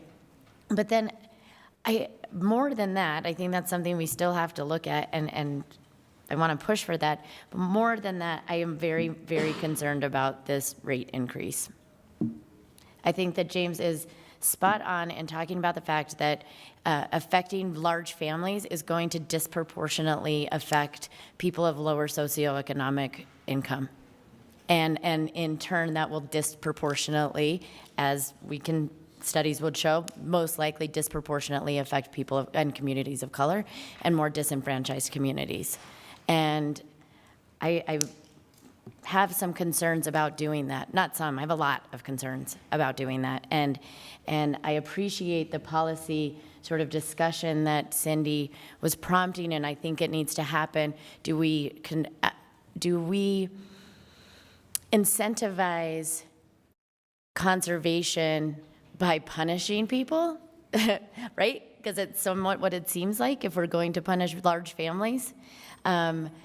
Or do we incentivize it in another way, right? And both have pros and cons, but it's something that we really need to look at, and I don't think that necessarily has, I don't feel comfortable with that. And I have some pretty deep concerns about that rate increase. I particularly have a concern with it as well, not just from that standpoint, but that because we probably wouldn't have, honestly, this budget book is large. There's a lot of things in it, a lot of things that not all of us have time to go through, and we probably would not have even found out necessarily about a rate increase, but for people looking a little deeper. And I feel concerned that that wasn't upfront, and it wasn't part of an analysis. It wasn't that was given to us, a presentation that was given to us that says, here's what we're proposing, and here are the reasons why, and here, I mean, that's sort of what we're used to seeing and doing, a process and a justification. I didn't see any of that here, and that gives me some pretty deep concerns as well. So, I mean, I feel pretty, That's it. I'm done talking about that now. Just needed to get that out there. Councilmember Johnston. I appreciate your comments, Councilmember Fowler. I don't know the easy answer to the rate issue. I agree there's some equity issues in there, and coming from an area that would probably have the brunt of it in some ways, I think it entails more discussion. The Call to Hall program, I agree we need outcomes. I think an anecdotal outcome from my neighborhood is it's much better, qualitatively. I say that because we don't have the apocalypse of mattresses anymore. We don't have half blocks 4 feet high of trash. And that way it's clearly a success for District 2. So I would love to keep that on the record right now. Part of my question was in a response to the question about the limitation on types of material, and here it says there are none. However, when I tried to access the program, I was told no construction materials, and when I described what I was doing, it's my house, it's my backyard. They termed that construction materials, and it wasn't eligible to be picked up. It doesn't matter the quantity. Is that different now, interpretation on the department's end, or? So we kind of, well, the old program didn't accept construction materials. It wasn't that it wasn't put out, and we didn't pick it up, but it technically wasn't accepted. So we were concerned about, a broad definition of construction debris, because there is asbestos, there's drywall that when it gets wet can generate carbon sulfide gas, especially there's a 10-year period where a lot came from China that is very susceptible to that. So there's that, and then controlling the smaller quantities of material that could get into storm drain. So we're asking now if they can containerize it, and obviously we want to stay away with some of the drywall and some of the material that could contain asbestos, because we don't want to expose our employees to that. Not to mention putting it into the environment. So we are allowing some of that stuff. We're allowing bundling of some of the material to help control rather than putting a bag or a box. Other ways to containerize it, or if it's large enough that it won't get washed down the storm drain, then we're taking that as well. So we have kind of fine-tuned those definitions a little bit. Okay. I appreciate that. I think that information probably needs to be clarified a bit more. It's tricky. It's a judgment call in some respect. I get it. But that has been a major... I'm sorry. No, go ahead. Well, to be clear about it, when the material's out there, we pick it up. Even if it doesn't fit the definition, we'll leave a note behind, take a picture, which gets uploaded onto their account, leave a note explaining what was not compliant with the program, but we do remove it. Okay. I don't have a clear way to sort of go about changing the program other than I'm glad you're doing some tweaks on responses and public outreach. I would like a more detailed discussion of the rate increase. I get both sides of it. I am concerned about the public outreach issue at this point and not knowing what's going on and why. But I want to be clear that Call to Hall has succeeded in one particular piece in the west side about the major dumping problems we had for years. So I'm not trying to contradict the experience of the rest of the city. I think there's a difference in the experience in some ways. As we go forward in the discussion, I want to keep that in mind as well. Then Councilmember Mendenhall had a follow-up question. Councilmember Valdemoros has a bunch of questions, but she has requested that we let you all continue with your presentation. So after Councilmember Mendenhall's question, we will have you guys go through the presentation, then we'll follow up with Councilmember Valdemoros. Mine was more of a wrap-up, but I guess I'll use this instead to say that I do want to support, give my support to sustainability and the efforts that have been developed under a cash flow that isn't there anymore. And going forward, I want us to explore how we can make this not be a golf enterprise fund, and whether that, even if that means that we have a robust discussion about a transition to the general fund or something between where we have been and there. I want to have that discussion. I don't want to punt this until we're in a crisis situation, because sustainability is a critical part of Salt Lake City and what we do and what our values are. So I'm ready to, not in this budget discussion, but for us to take that on and do it intentionally and weave sustainability into the fabric of our city budget in whatever way makes the most sense for our residents. Hear, hear. Okay. Back to where we were. Yes. Thank you. I guess one of the things I did want to mention, and which, I really was going to start everything with, is looking at the expertise we have here. And I just really want to push that and make you all understand that the people who work in our department are people who live and breathe this every day. I mean, we've got Lance, who's got 30 years of experience in waste and recycling, and he has saved us so much money when it comes to negotiating contracts and knowing the industry and being able to really call somebody's bluff when I would have had no idea what to do. We've got Debbie, who's been with the city for 24 years, who's got more institutional knowledge than I would ever hope to have. And the fact that we have so many things going on where we're receiving awards, where we're always being looked at, one of 6 cities to be working on building electrification, one of another 8 cities on something else. We're always at the top. We really believe in leading.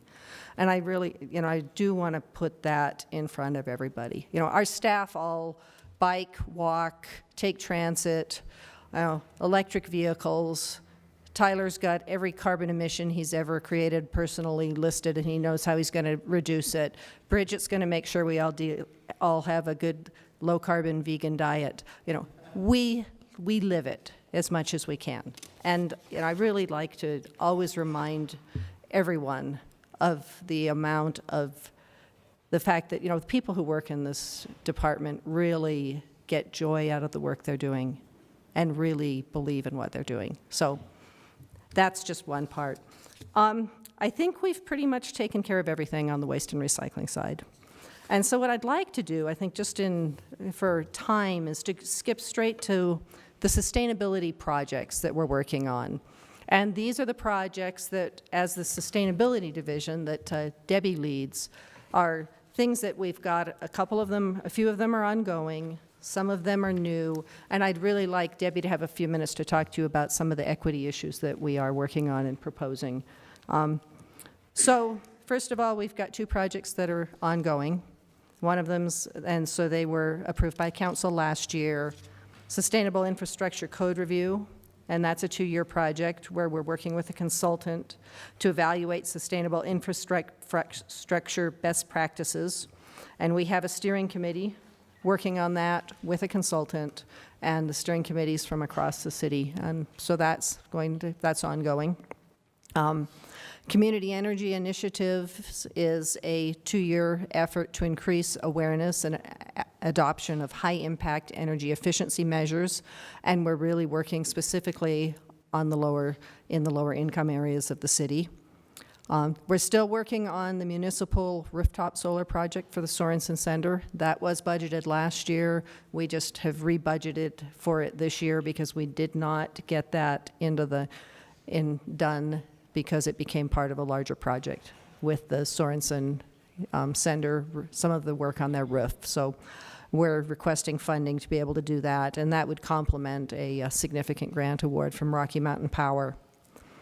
We're requesting funding for electrified transportation support, and that's to fund for the ongoing operations of the city's public electric vehicle charging network. And we are up to 36 public chargers, and they're providing over 20,000 charging sessions a year right now. So we feel like that has been extremely popular with our citizens. Couple of the really important projects we have to meet our 2030 carbon reduction goal, which we'll be asking you to reaffirm, is the 100% community renewable implementation efforts, and this is to provide us third-party expertise to assist the department to evaluate technical, regulatory, and legislative changes needed to be able to move forward and secure the outside expertise that we need for evaluating and planning the transition to this low-carbon, cleaner community. And then our 50% renewable energy for municipal operations goal is moving forward. We're working with Rocky Mountain Power now. Proposals have been received. We're part of a consortium which would work together to have this extremely large solar farm built. Again, part of we have a need for additional legal, engineering, regulatory, and financial analysis. We will be sending a transmittal to you fairly quickly so we can do a complete briefing on this, especially once we know some of the exact numbers and we're at the point with the proposals, we have the detail. Other smaller amounts we're asking for continued $15,000 for continued support of the Utah Climate Action Network. As you're aware, that's something that we helped to create, and those are collaborators in the region working on climate change issues. We completed a community food assessment in 2013, and we're requesting funding for a food economy and equity study which would build upon this. At this point, be able to leverage the most current data available to evaluate our current food system and programming and recommend strategies, including policy and programming, to increase sustainable local food production and improve access to healthy foods.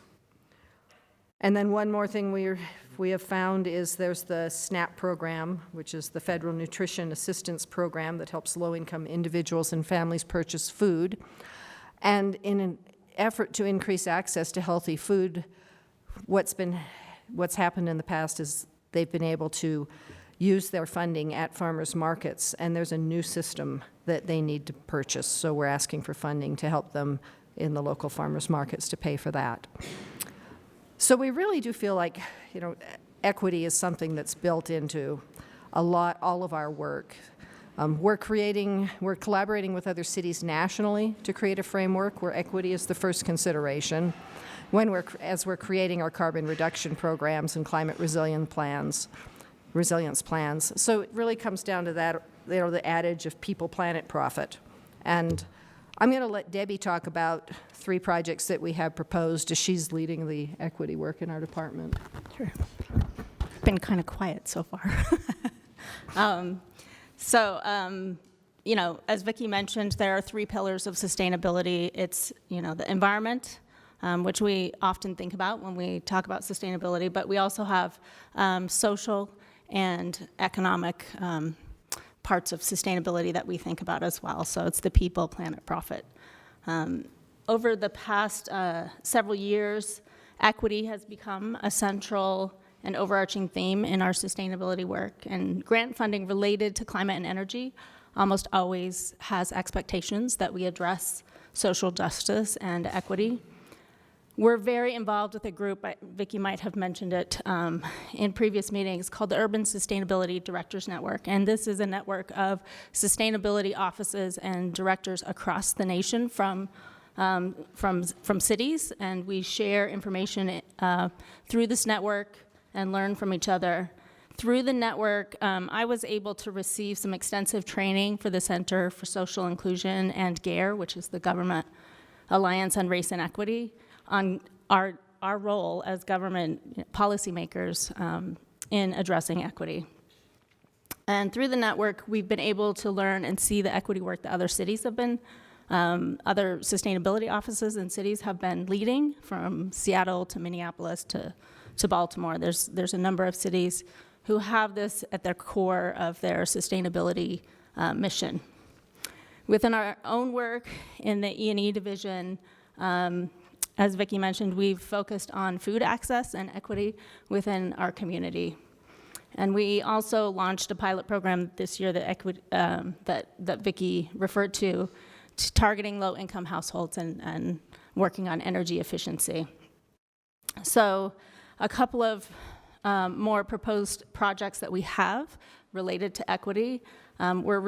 We're requesting $50,000 in funding for a pilot program called the Resident Equity Advisors, where we would bring a group of residents together that represent the target demographics where we have food deserts or where we have identified the need to increase food security. And this funding would be prioritized to provide the residents with the amenities and the resources they need in order to participate in this effort. And to follow that up, we're also requesting $70,000 for a food access initiative.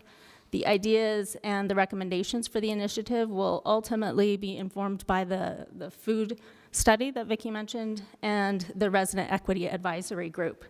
But it could go, other cities have done programs like this, and some ideas of things that it could go towards is a healthy corner store initiative where we would help subsidize refrigeration units so that corner stores could carry perishable fruits and vegetables. It could go towards subsidizing CSA shares for low-income residents, providing nutrition classes, or even establishing a new community garden. And then finally, we're requesting $50,000 to launch an internal race and social equity initiative. We'd be working with CAN and Human Resources to develop an internal equity plan similar to how Seattle began their work on race and social justice, and start to develop through training internal capacity of our city directors and leaders to recognize our role and how, as we're developing programs and policies, even the ones that we're talking about today, and really consider and incorporate equity into those considerations. So with that, I think Vicki might have a few more words. Nope. I think that pretty much covers the projects that we're proposing this year. I think it's fairly much on par of the sorts of things we've proposed in years before, trying to keep the good efforts moving forward. Great. So that's the sustainability division side. Okay, well, thank you, Vicki. So now I will, I know that Councilmember Valdemoros has some questions. Before I say that, I want to apologize to Councilmember Valdemoros and anybody else who I may cut off during the discussion or debate process. It is not my intention to stifle debate as chair. I'm just trying to move forward with a very full agenda to get through a lot of the questions that I know many of us have had. So, Councilmember, please don't take that personally. Everyone can always call me on it if you feel that there is something that you're being excluded or something else, but that is not my intent. My intent simply is to move forward. So with that, Councilmember Valdemoros. No, thank you for the apology. It's fine.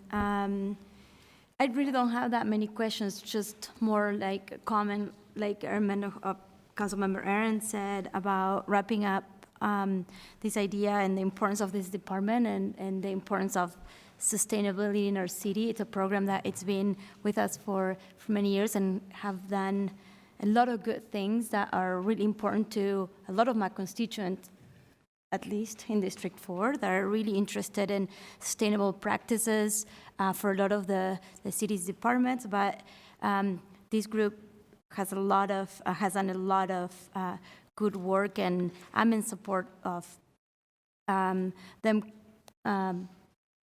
keep working at it and helping them with the necessary funds to get the work done. Just a disclosure that I potentially should have done earlier. I'm not sure. I am the owner of Square Kitchen, which is a program that sustainability had many years ago, and so I'm not going to discuss on any similar related projects. And then I just had one question. So again, maybe I missed it, but what equity work would you be doing in the next budget cycle, and why it's important, and how is sustainability positioned to do it? So what are some of the other work that you're going to be doing? I think primarily the low-income energy efficiency program will continue, and a lot of the food work is related to equity. We have an equity focus on that. But what's new is this internal equity work that we'd like to do with CAN and HR, and start developing a 5-year plan on what the equity plan for the city should be, and incorporating more standardized checklists and questions that we ask ourselves as we're developing new policy and developing new programs, and even looking at our existing programs with fresh eyes, and just thinking about, this is what we've been trying to do with sustainability over the years. It's an umbrella issue. that you look at how we're prioritizing funding, how we're developing ordinances, and even how people interact with the government, whether it's complaint-based systems or how do people access the government. So I'm excited about the opportunity to start institutionalizing this thought process around equity in addition to sustainability. Thank you. Thank you so much, guys, for your work. Councilmember Fowler. Thanks. This should be just a quick question because it piggybacks off of what you just said. Debbie, thank you. And thank you guys for hearing us out this probably longer than you were anticipating. But with that work, because I don't really have a breakdown, is sustainability asking for an FTE for the work that you're just doing, or is that with the CAN? That's a separate position in CAN, but we have a position that half of their time is actually focused on, all of their time is spent on food and equity. And so this could be incorporated within our existing staff. I spend a fair amount of time, learning about it, reading about it, learning about programs in other cities. So I think between our office, we're able to incorporate this work without adding additional staff. And having additional support in human resources and in CAN will definitely help this work spread faster throughout the city. Okay, that's all. Thank you. Other questions or comments? Just about the equity issue. I know that, so there's a lot of, I just want to make sure from the council side that it's not duplicative, because it looks like we could be duplicating things in different departments. So with the CAN position, there's also, Noel has done a lot with digital equity in public services. I think public utilities, they've been doing, maybe not. But it seems like we have, the equity issue needs to be something that's handled in every department. So I get that. But it seems like if there are, how is it being managed? I mean, when you're working with CAN, when you're working with public services, typically you have kind of a pyramid type setup where, a reporting chain, for example. How does the reporting chain for citywide equity work when you have individuals who are being hired in CAN and or proposed to be hired in CAN and sustainability, working with people who are already doing this in public services? Where's the overall management of that? Do you know? I think there's some similarities between this and, it's a new concept, right? All of this is coming up new this year. I can see some correlation with this related to the Energy Management Steering Committee, which we facilitate. So we have facilities management, we have airport, we have public utilities, and they all work. That was established through an executive order. It could be established through any number of, policy-making, scenarios, but something similar to that where we have an established a committee of people that work together, and somebody in charge of that committee holding everyone accountable to, certain deliverables, whether it's, reporting on accomplishments or, having certain tasks that we prioritize. And that's part of what I'm envisioning with this equity plan that we want to start out with. What is our 5-year plan? Do we delineate that we're going to establish a committee, and these are the rules of the committee, and these are the expectations of the committee? So that's those kind are, of those are things that I'm going to be looking for, not only for this budget cycle, but I think as we move forward in the future. And just from my perspective, I think that there needs to be some, we need to have a very, very clear management structure that's developed quickly, preferably before we vote next week, as to what the chain of command on this is going to be. Yeah, can I, excuse me, yeah, just please, add a little Vicki. something Yeah. there? Because, this is something we've actually been doing in sustainability for 2-3 years now. Yep. Kind of looking at these issues and using the word equity and being trained. Debbie went to in-depth training. I've had multi-day training. We did training for all of our employees. And so we've been really trying to implement this in all of our projects. And we're probably using the word more, but, you know, we have the energy efficiency project, we've had the food project, so those are all, in a way, what you would consider equity projects. But really trying to get this institutionalized is what we'd like to help do. Okay. And, you know, as you say, how that would affect, you know, how we would work with others, well, we've been doing it, and we have, you know, the other position is new, so obviously we don't have that answer at this point. But we would, Okay. yeah, but it would help, without a doubt, to give us more breadth. So maybe, yeah, so maybe let's, you know, let's, and Jennifer, I know is ill, but if you can work with those three departments just to figure out what the equity chain of command is going to be for these positions, if they are actually funded, then we can do it. We appreciate the council's question. Thank you, and I will look into that. Okay. Yes. All right. Other further questions or comments for sustainability? Okay. Thank you very much. So we will now take a break. How long of a break do we need? 15 minutes. So, okay, let's be realistic. Let's come back at 5:15. It's a 20-minute break. We will then discuss the unresolved issues, issue for the remainder of the work session. So thank you all.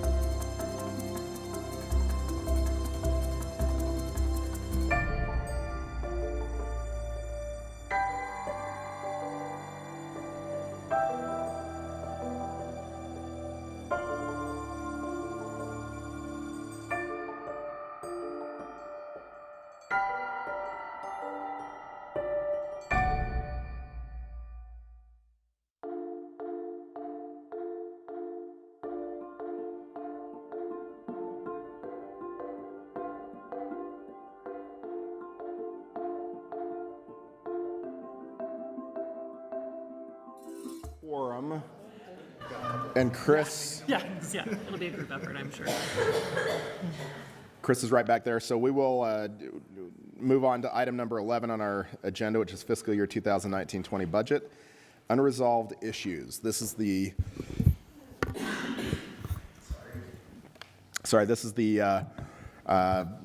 point of the budget cycle where all of the leftover stuff and all of the ideas that we've had come up. So this is going to be an open discussion. Jennifer Bruno is going to lead it out as well, and then Ben is also at the table. Lehu is also available, as well as the rest of the staff if we need them. So unresolved issues, Jennifer, I'll just turn this over to you, and what I'm going to do is I'll walk us through some of the issues that need to be addressed in terms of the follow-up items. So. Great. So the plan was just to go through the staff report. We also have passed out an Excel sort of tracking sheet of issues. It's folded in your red folders. I think it's in the back of your red folders. It's an 11 by 17 paper.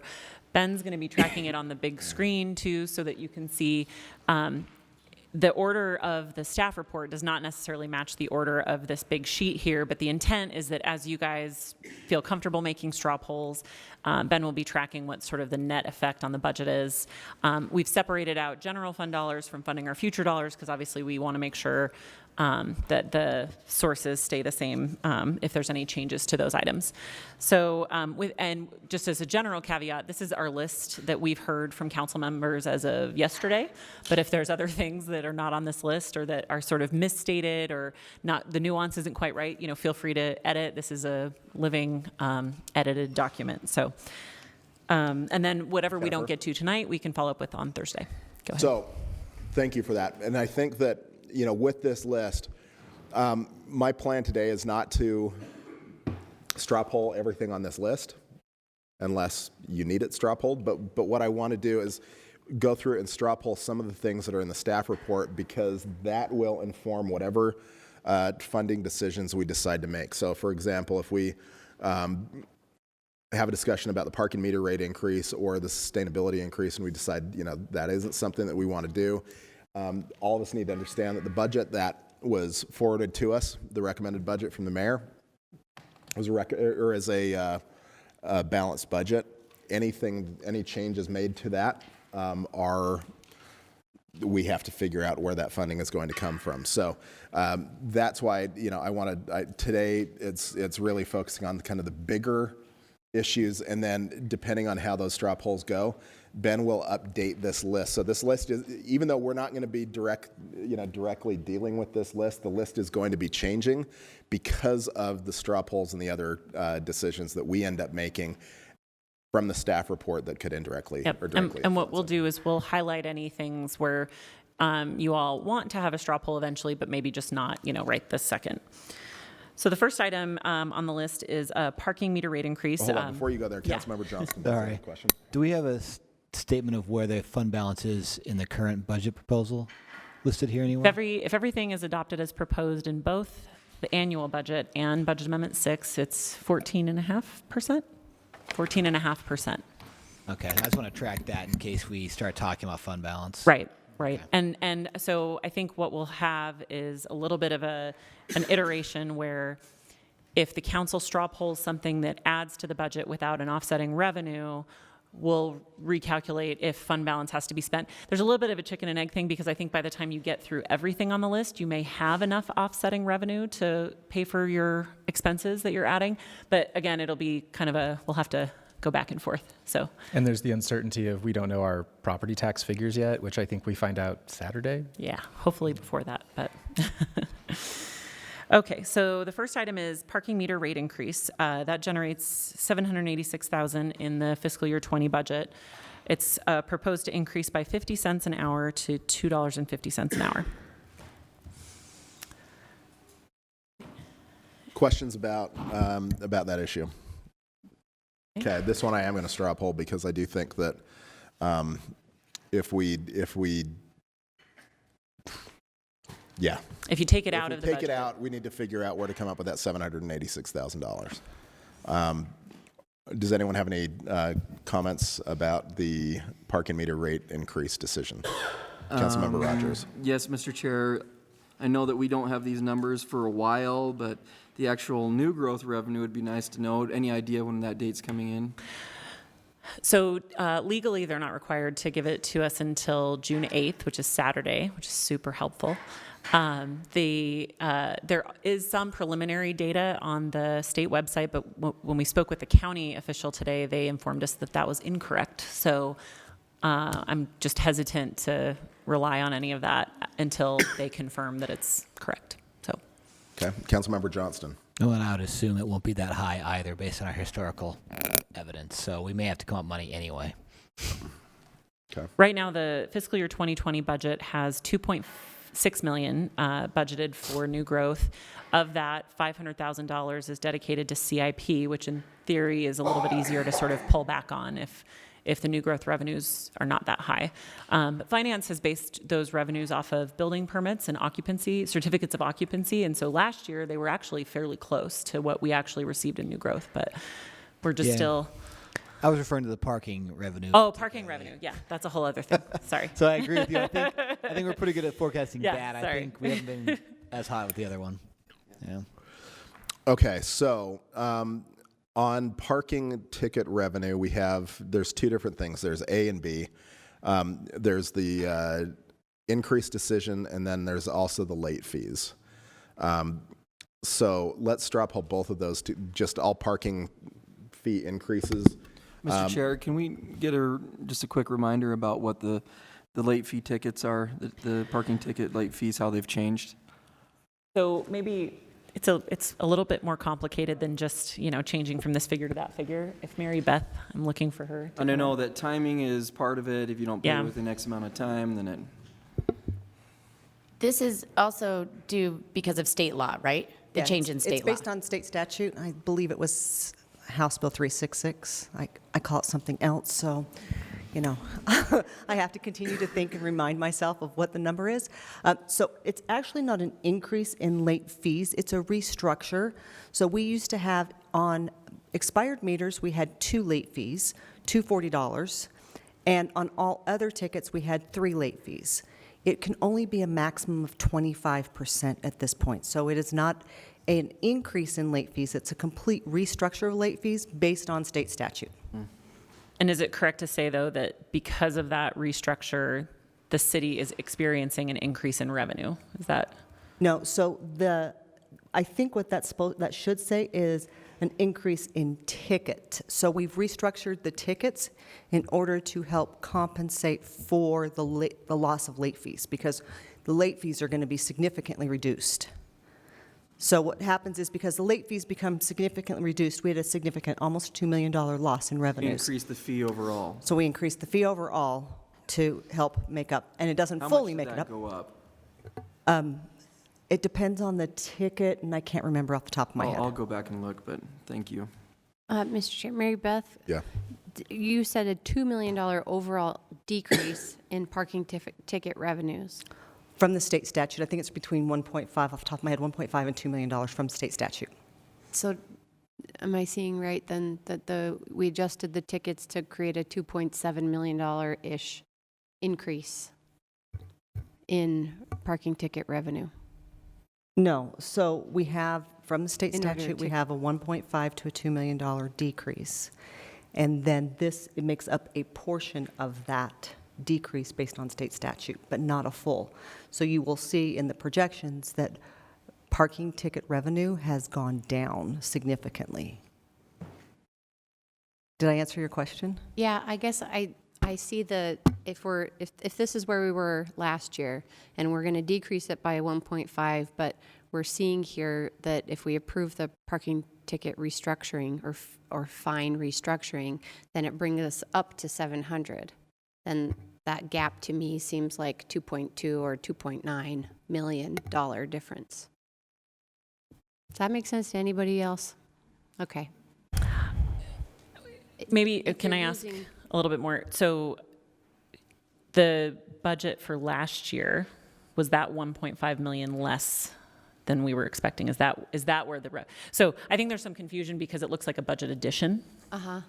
Right, so I don't think it's a budget addition. So this year, if you look at our budgets, our parking ticket revenue budgets, they have gone down. Okay, We've so reduced them yes this to your year. first question. Okay. Right, we reduced them in FY20, right? Portion of that is based on, a lot of that is based on state statute. A portion of that is based on revenue not coming in and the legislative intent from this council stating we want you to budget parking ticket revenue better. So both of those are a cause for the revenues to go down in FY budget 2020.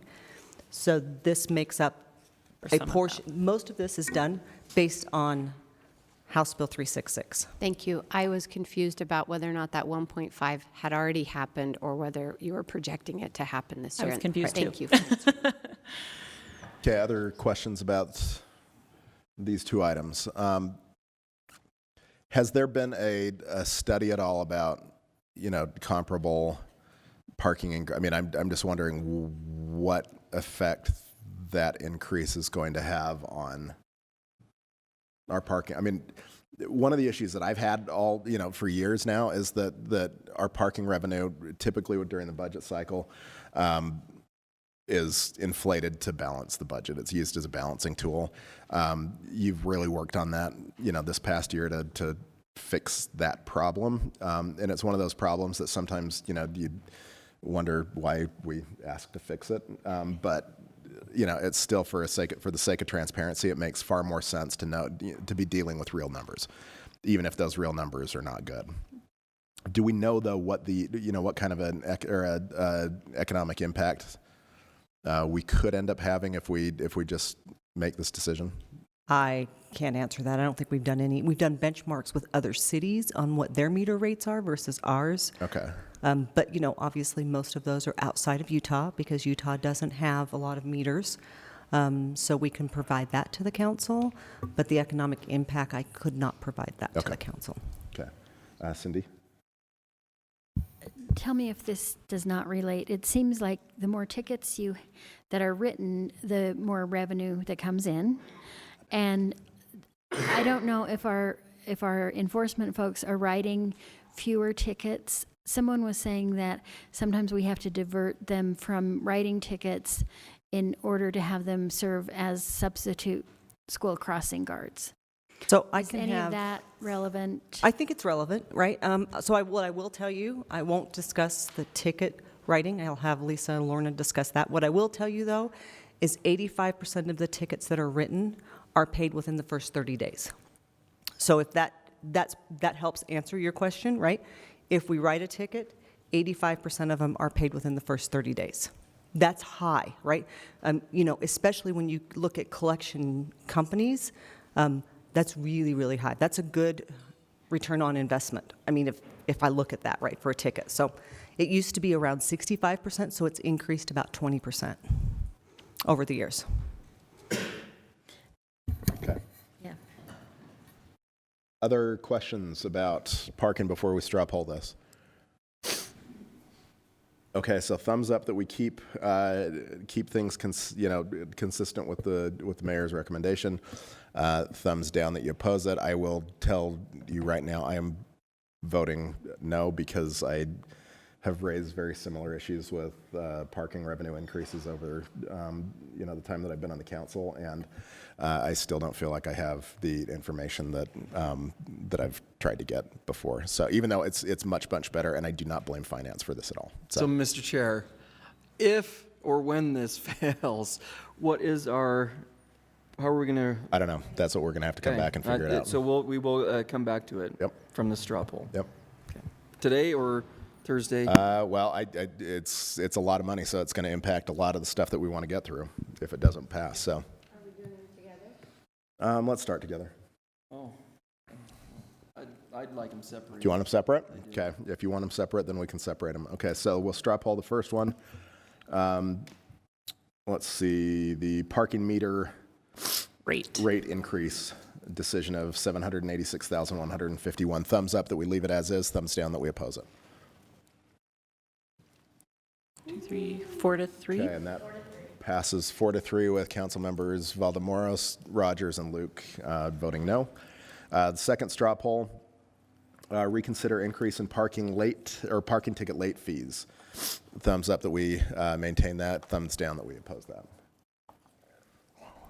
And that one's different because of the state law. Next item, do you want to talk about the vacant department division director positions? Yeah, so it was raised by a couple of council members that due to the number of vacant department director positions or department directors that are filled with acting employees where they're actually being funded out of a different FTE, there could be some vacancy savings to be realized either in fiscal year 19 or fiscal year 20 to fund one-time needs. Again, this would be one-time revenue sources, so we wouldn't recommend necessarily to like balance the ongoing budget needs for this, but that it could be a consideration. So the chart on page 2 goes through what the monthly budgeted amount is for fiscal year 19, and then fiscal year 20. Obviously, it's a little bit of a guessing game as to how long any position will be vacant because the mayor can appoint anyone at any time. Obviously, they would have to go through the council's advice and consent process, except for the hand director, which is a division level and does not need to go through the council's advice and consent process. And these amounts are salary and benefits. So, sorry. Questions about this one? Councilmember Mendenhall. I'm sorry, are we going to be straw polling whether or not we want to do 3 months or 6 months or some number in between, or just or any the of whole it at thing? all, or Yeah, let's do capture. Let's go 6-3, and then if those don't work, then we'll straw poll doing anything.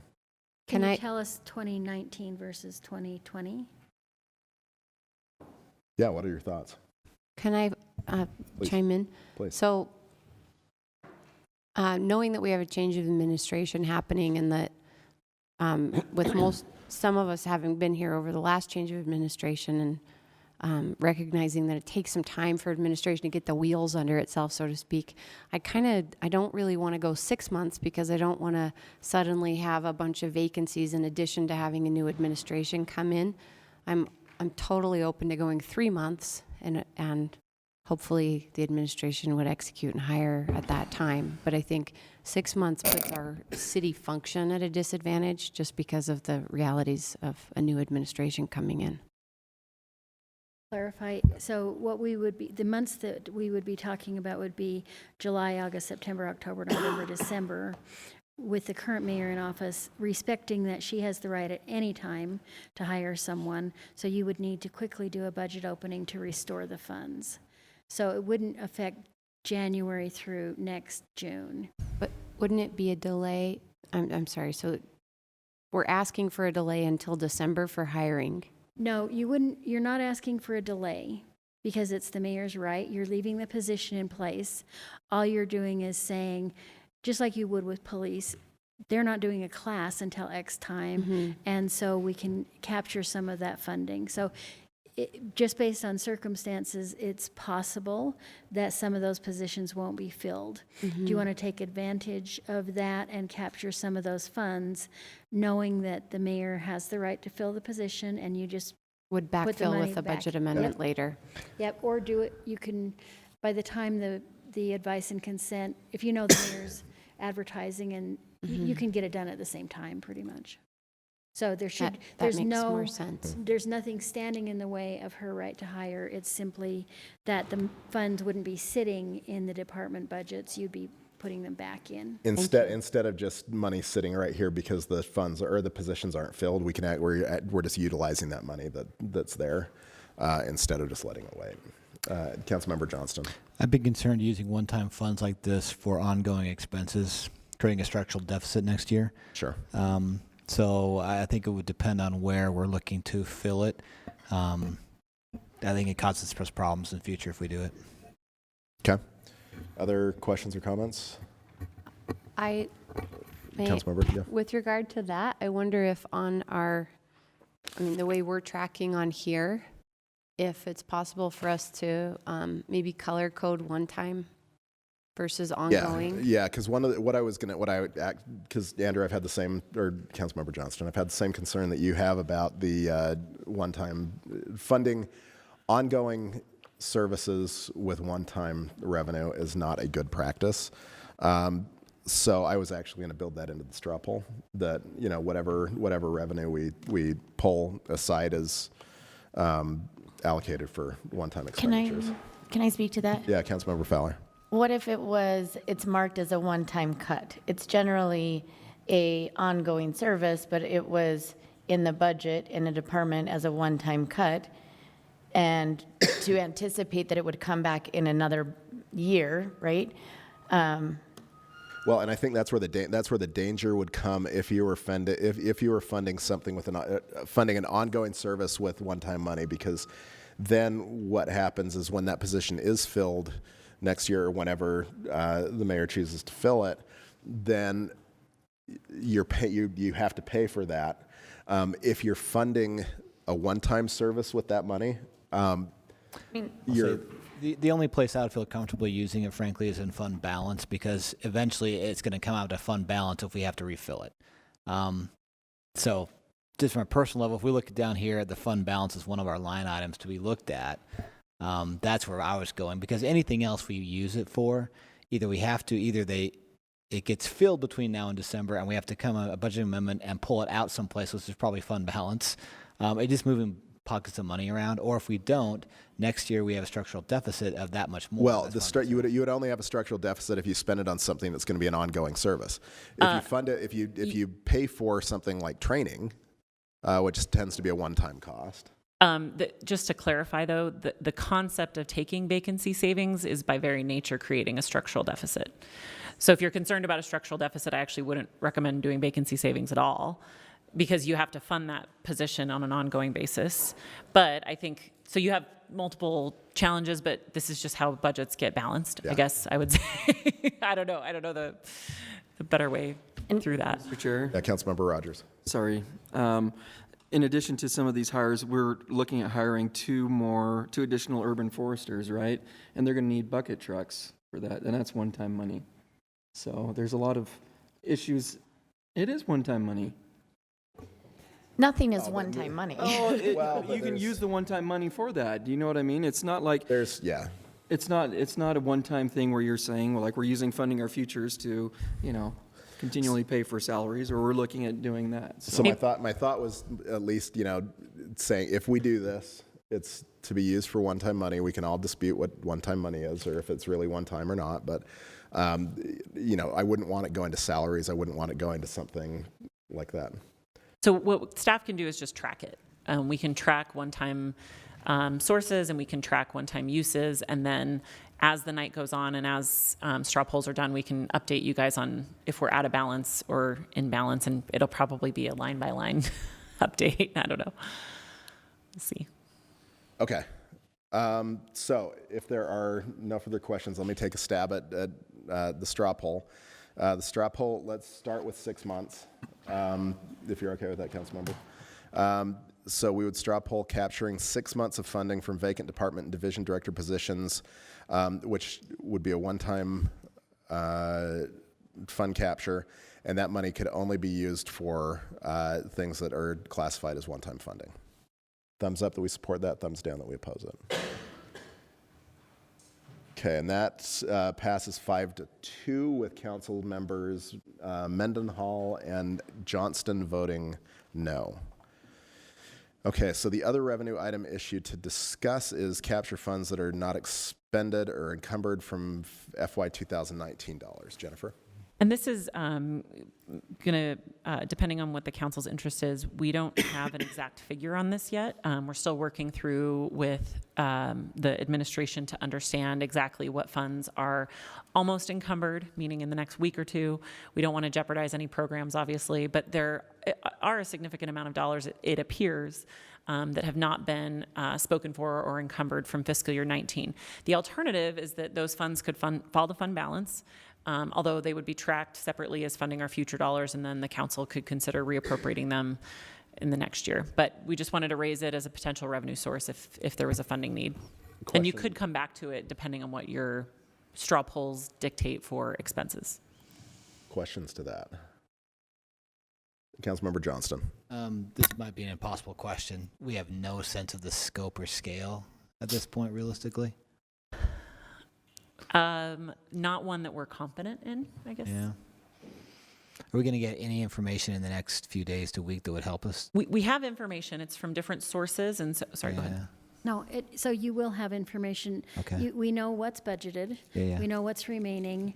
And then we can work with the departments in finance to know, My did question. they have to use part of that to pay out as severance or the Okay. personal leave or whatever of the department director? So, and there may be cases where because they were shorthanded, they had to hire a consultant or something. So those are things that are routinely figured out in the last days of a budget. So, yeah, okay, and it won't be perfect, but it's not bad. okay, thank you.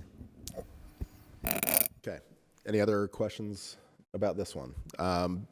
So this will be a fairly straightforward straw poll. Thumbs up that you support capturing funds not expended or encumbered from FY 2019 dollars. Chair? Yes, Councilmember Mendenhall. I like the idea. Could we straw poll that we come back to this if we end up needing the revenue? I guess it doesn't make sense No. to not capture it if it's out there. I'd say let's vote on whether to capture it, and if we end up not needing it, then we can go back and leave it as is. Okay. Does that work? Yeah. Or I don't know. What are your thoughts? Okay. All right. Thumbs up that we capture funds not expended encumbered from FY 2019 dollars. Thumbs down that you oppose it. And that one is unanimous. Okay. So there we go. Those are our revenue items. So now we have a better idea of what to look for with money. Jennifer. Okay. The next item is one council member suggested that you look at all the new proposed FTEs. Staff broke them down in the chart on page 3. Some FTEs have a revenue offset and others don't. And so just so that you know what that revenue offset is, because cutting some FTEs equals general fund savings, cutting other FTEs just frees up funding our future dollars or county transportation funding dollars. So that's noted in the department column. Additionally, some of the funds are not proposed to be funded for a full year in the fiscal year 20 budget. So for example, the equity administrator and the ADA administrator are only funded for 9 months. So the total fiscal year 20 budget amount is there in the right column, so you can figure out what the savings would be depending on what is considered. So what you're saying, Jennifer, is in the right-hand column is the prorated 9-month amount, or is that the total full year 12-month amount? The item for the equity administrator, for example, that is the 9-month amount. That's just a 9-month amount. Right. Okay. That's right. Okay. There's also an idea, back to what we were just discussing, that if you recognize that some of the positions that are budgeted for 12 months would likely take a month or two to hire, that the council could recognize one-time budget savings from recapturing those dollars. Essentially, it's vacancy savings, recognizing that the department has to post the job, interview, and select an applicant. So on the bottom of page 2, if you authorized hiring as of August 1, but authorized the FTE for the full budget year so that they could get the posting out, that would generate one-time savings of $96,000. And if you authorized 2 months of savings, it would generate $192,000. Again, it would be one-time money, but we were just throwing out all the ideas. Yes.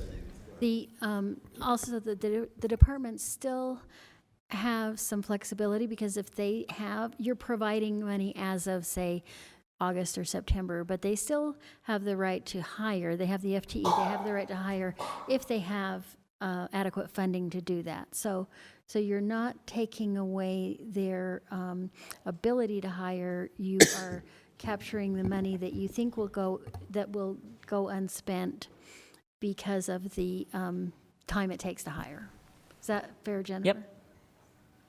Councilmember Mendenhall. I don't feel like we had a very clear idea of how the equity and ADA administrators, like how have we been functioning without them so far, especially given ADA federal requirements, and that I know there's a review of projects we do for ADA compliance.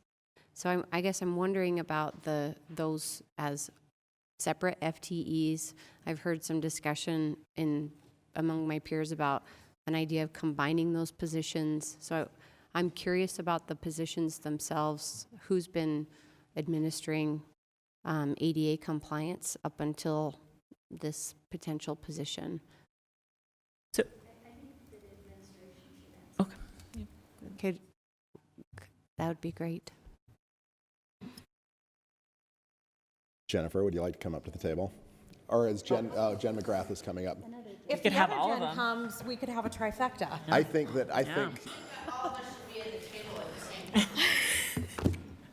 it's a Jennifer and a Ben Fest. Oh, well, that's a way to describe it. Could be a band, Ben and the Jennifers. Oh, boy. We could just be called Jennifer. Yeah. Yeah.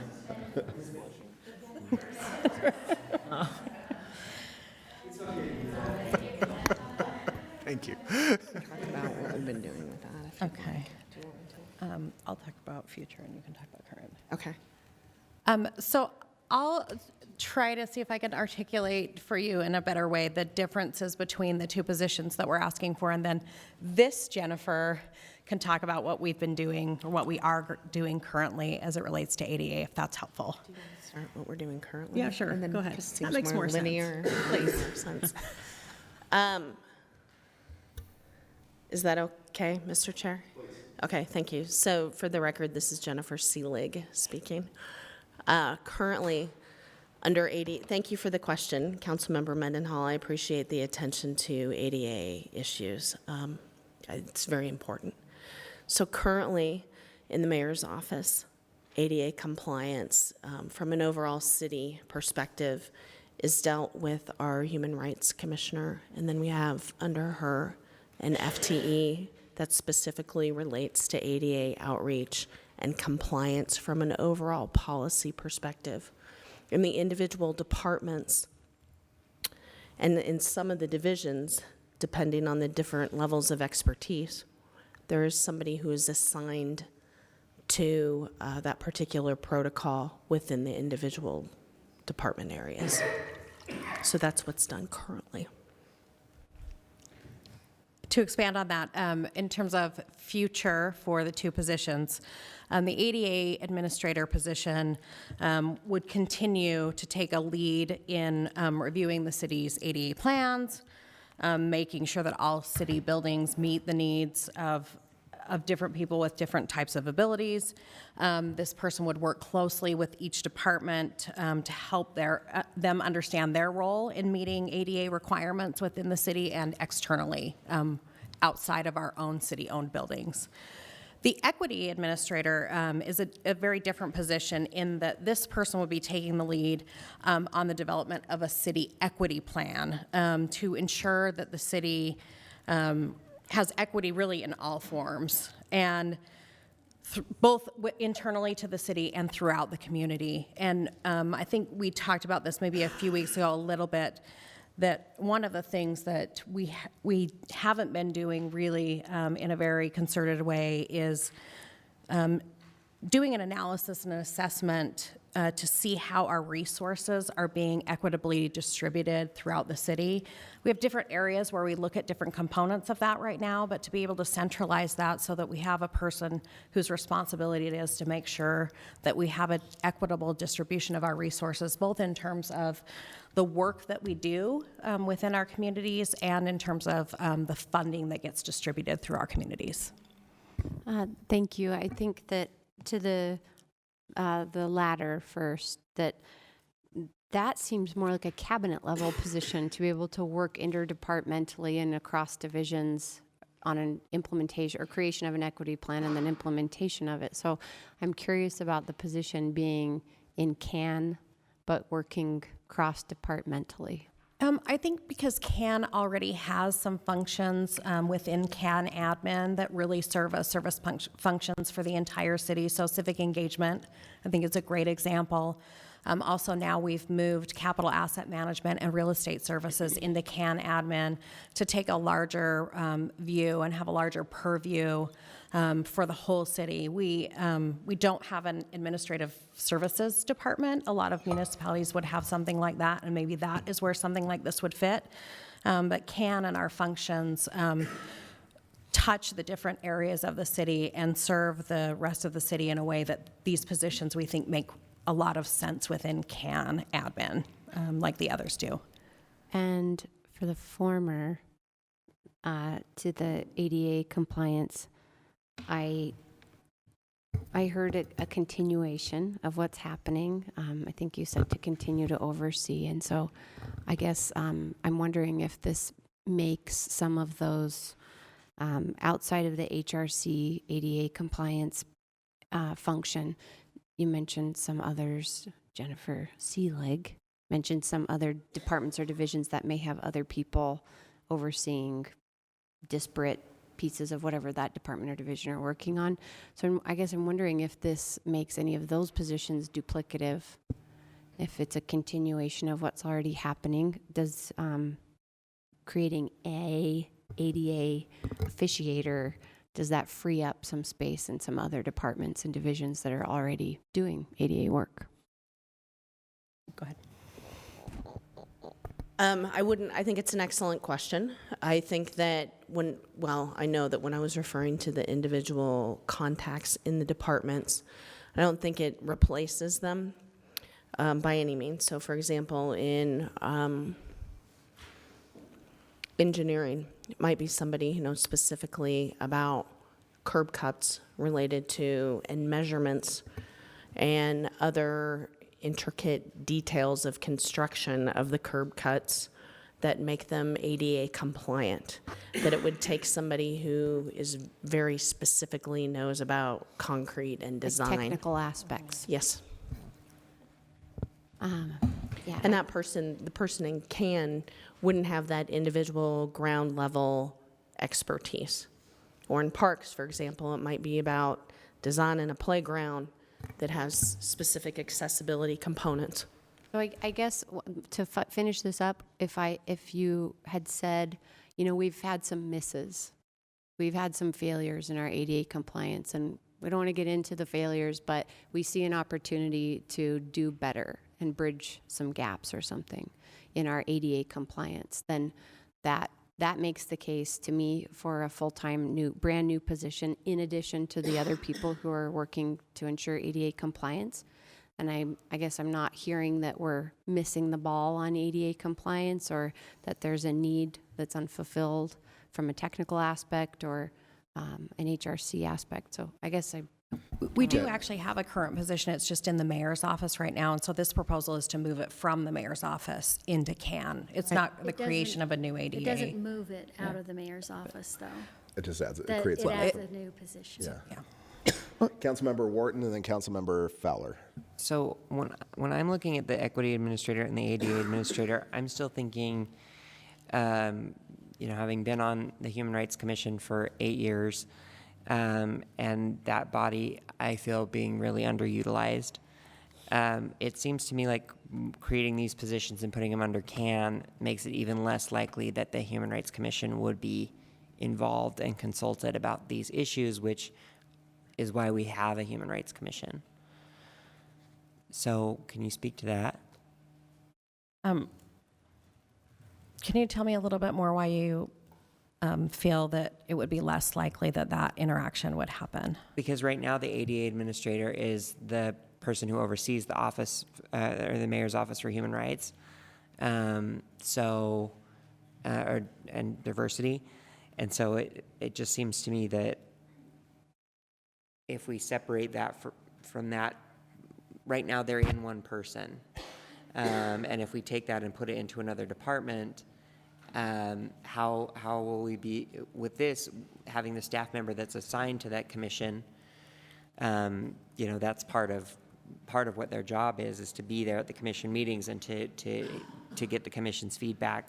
And that wouldn't be the case if this were in CAN, right? They wouldn't be, or part of their job wouldn't be working with the Human Rights Commission unless the administration decided to make it part of their job.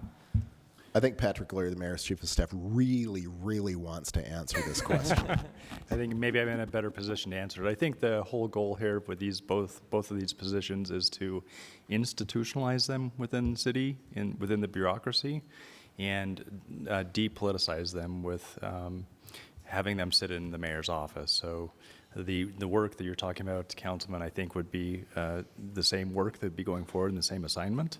But really taking it out of the political realm and actually saying, we need someone who's got an eye to the Americans for Disabilities Act and what's going on citywide, and we need someone with an eye toward equity, as Jennifer said, both internally and externally. So that's really the goal here, is to take them out of a mayor's office and put them into the bureaucracy, so there is continuity. Mm-hmm. So how do I just make sure that or I guess I should say, is it the administration's intent that the Human Rights Commission will be part of that bureaucracy? The individual role who's staffing it would be part of that bureaucracy. They're certainly, I'm not sure how to answer your question since they're an advisory board to the city, but. Well, like as I was saying to Jen earlier, that the person who is the head of the Mayor's Office of Diversity and Human Rights, they're assigned as a staff member to the Human Rights Commission. And so they're built into their job description. So this wouldn't have that. No, I think that it would have that. It's just taking it from the mayor's office and actually moving it to a place that will institutionalize the position so that you have that continuity going forward. Okay, yeah, that's what I was asking. Is that the vision of the administration to make that part of, to include Human Rights Commission in this? Absolutely. Okay, great. And, I'm sorry, just a quick housekeeping thing. When we were getting the briefing from Sustainability, it sounds like they're creating a board of people or a committee of people that do exactly what the Human Rights Commission was designed to do. Well, I wasn't here for that conversation, but we're not going to replicate what those things are, so of course not. Okay, great. I'm satisfied with that Okay, and in addition, Councilmember Wharton, thank you for raising the issues about the Human Rights Commission. We appreciate it. It's an important board and appreciate the service of the folks that are on there. And we were always willing and wanting and excited to work with the legislative branch related to agenda items, attendance. It's a board that's supposed to serve both branches, and we've worked hard to get members on that board who are very interested in not only helping to formulate a vision, but also to work with the city legislatively and administratively to be able to make those changes and make them relevant. So we are always open to that as well too, and I'm happy to follow up with you on it. Great, thank you. You're welcome. Okay, just a thought. So it's now 6:05. We have to take a hard break at 6:30 for a closed session, and then we have our formal meetings across the hall at 7 o'clock. So, to get us through this, if we can focus on just the bigger picture issues right now today, so get through, whether or not we want to move forward with, with the funding question, how long we hold funding out. Let's do that kind of stuff today, and then on Thursday when we're back here, Thursday is the day that I want to go through all of the individual stuff, with the exception of one thing that Councilmember Wharton is going to be bringing up later, before we break at 6:30. But overall, let's see if we can get through this, and if I could have your help on that, that would be really good. So let's straw poll whether or not. So we know that 1 month of savings is about $96,000. 2 months would generate $192,000. I think it's important to clarify that this is we're not talking about a hiring freeze. We're not voting or straw polling a hiring freeze. This is not a hiring freeze. This is simply saying that we would plan on funding these positions on X date. And if those positions are funded sooner and there's another process to do it, great, but the funding would kick in at a certain date. So what I'd like to recommend is that we maximize, as far as I think we can go out, which is probably 2 months, and say, let's say that we will be funding these new FTE positions as of September 1st. Thumbs up that we support that, thumbs down that we oppose it.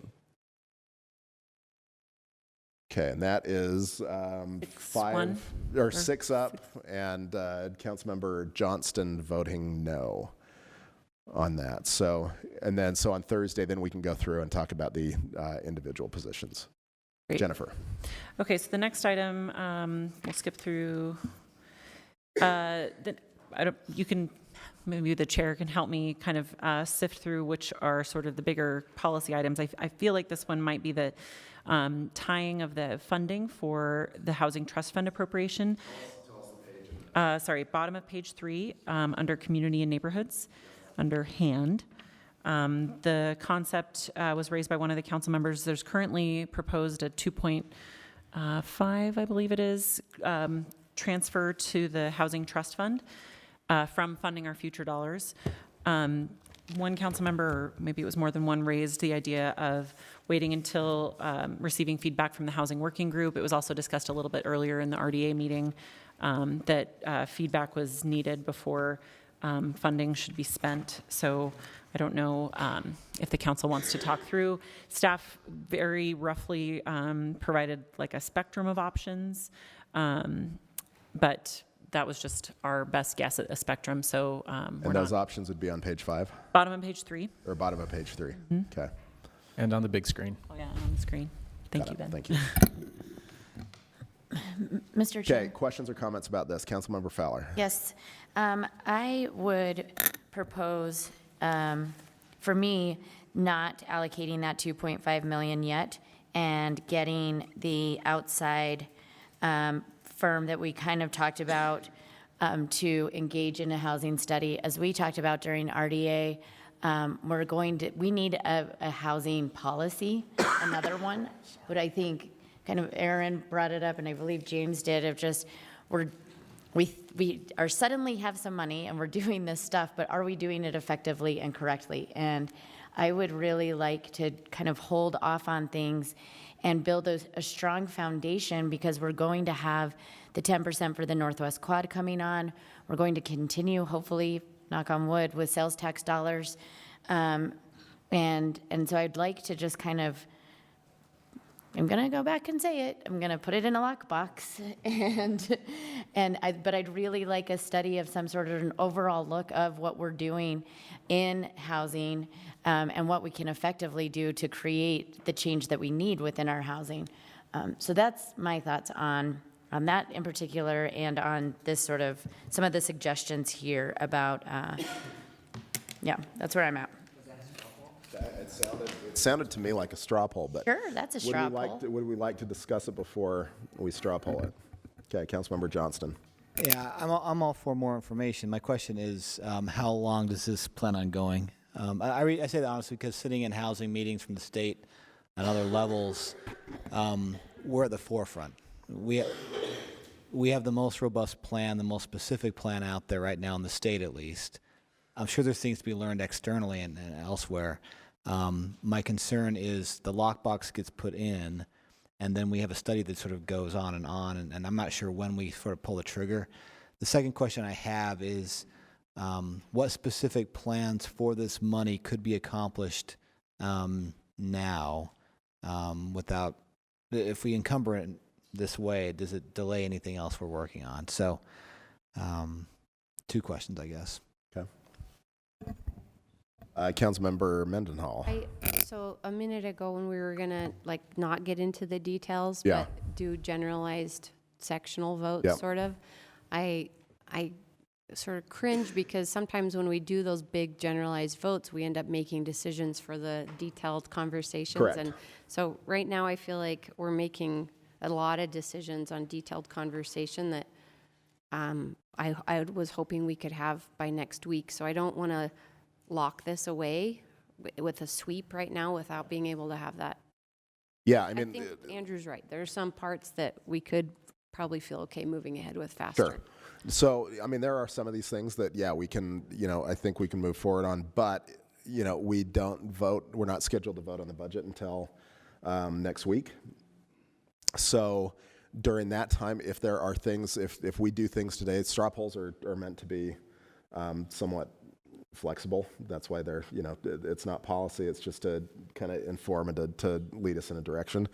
Councilmember, what I will tell you, and I'll tell everyone this, including me, if there are issues that we are not comfortable with as we're preparing for Thursday's meeting, absolutely, we bring it up on Thursday. We change it. We say, you know, this is, you know, not great, but you know, without that, you know, we'd be able to go through some of these, because any time we look at going through a funding list with a budget, I mean, all of us who have been through budgets know that, you know, whatever magically happens to appear first on the list are the things that typically get funded. Those things that appear farther at the end are things that don't. That's what I'm trying to avoid with this.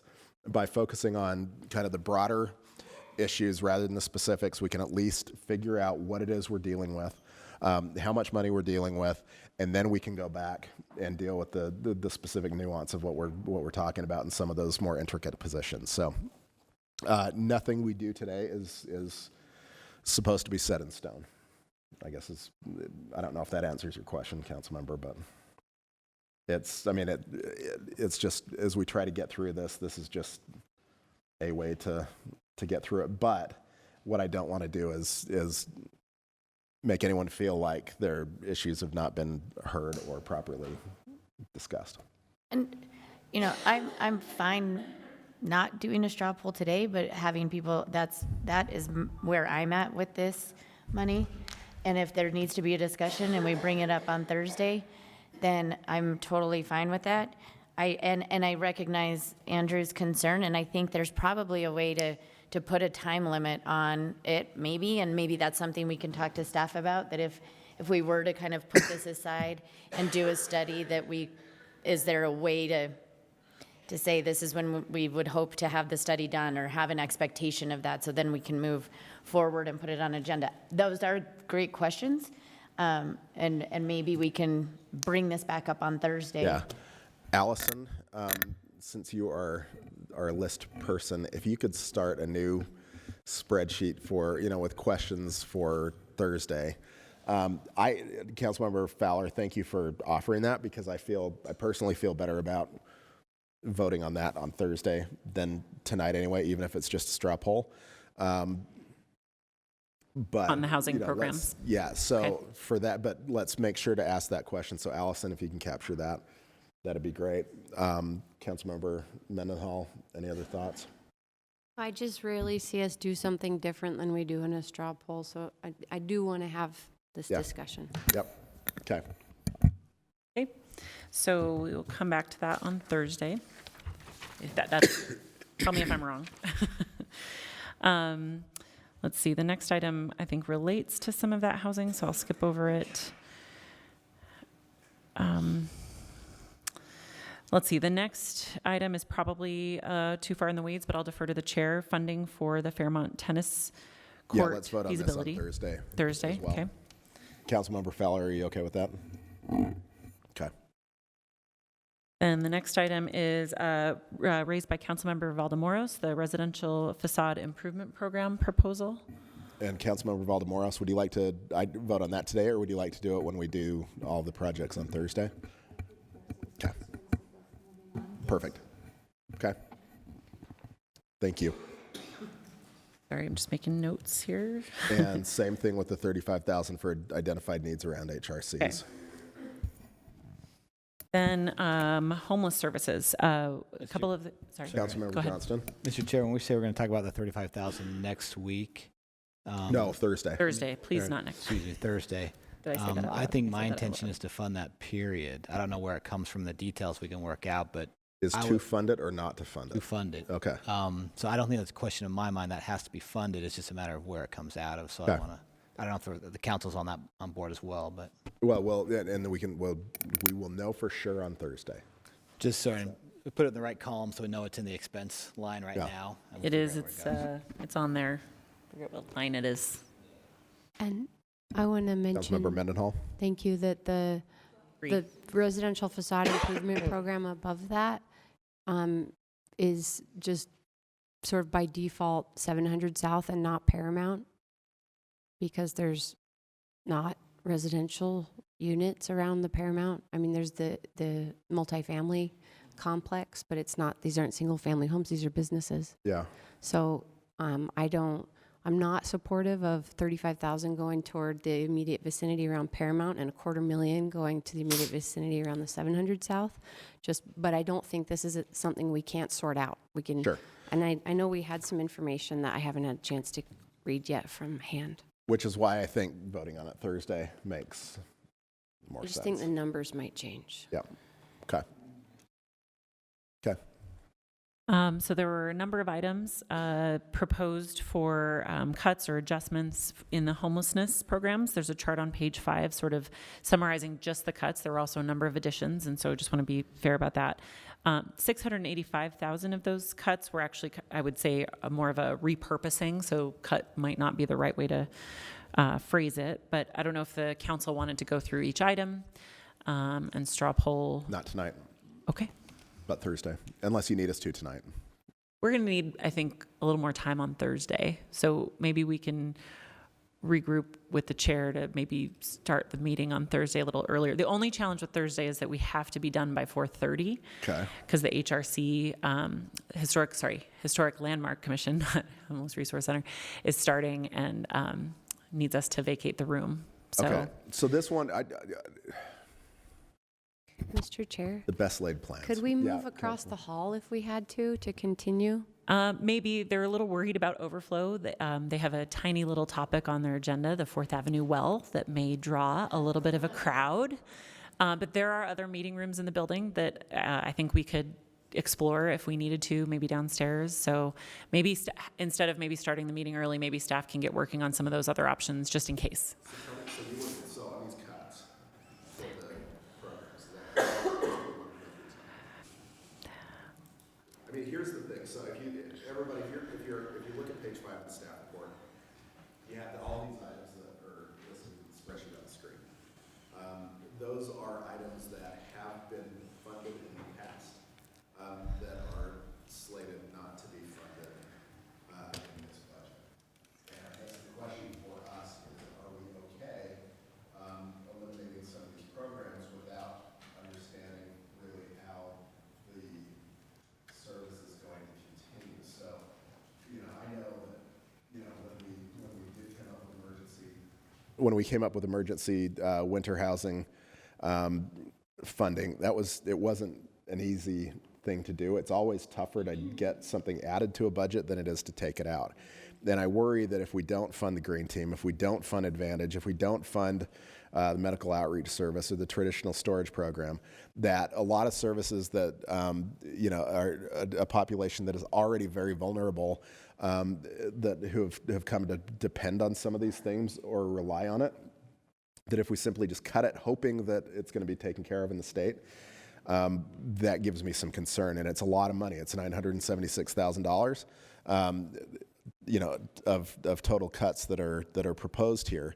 I guess the question for today, if we don't want to go through each of these individually, is are we okay with this recommendation, or do we feel that we ought to find funding for some of these things that have been eliminated? Councilmember Johnston was the first, and then Councilmember Fowler. I think, Mr. Chair, there's some differences between each of these significant ones. I think the 685 is a reallocation to another program that I have to recuse myself from, but it's not a loss of a program, it's changing to new programs. I think if you look at the winter shelter, that's discussion about state and county funding as well, that we need some ideas about how they're offsetting that $92,000 for their operations in Midvale. So that's a question I'd have.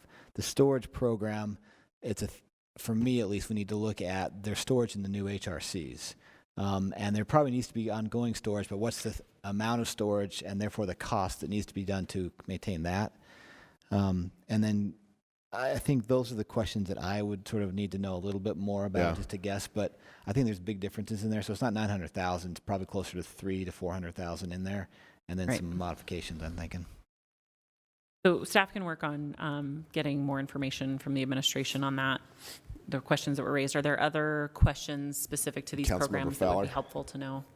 Yeah, one of the questions I have is with the green team, and it says on the notes and information part that the administration indicates that it was to encourage, this is the language I have a problem with, is to encourage them to commit to sustainable funding sources.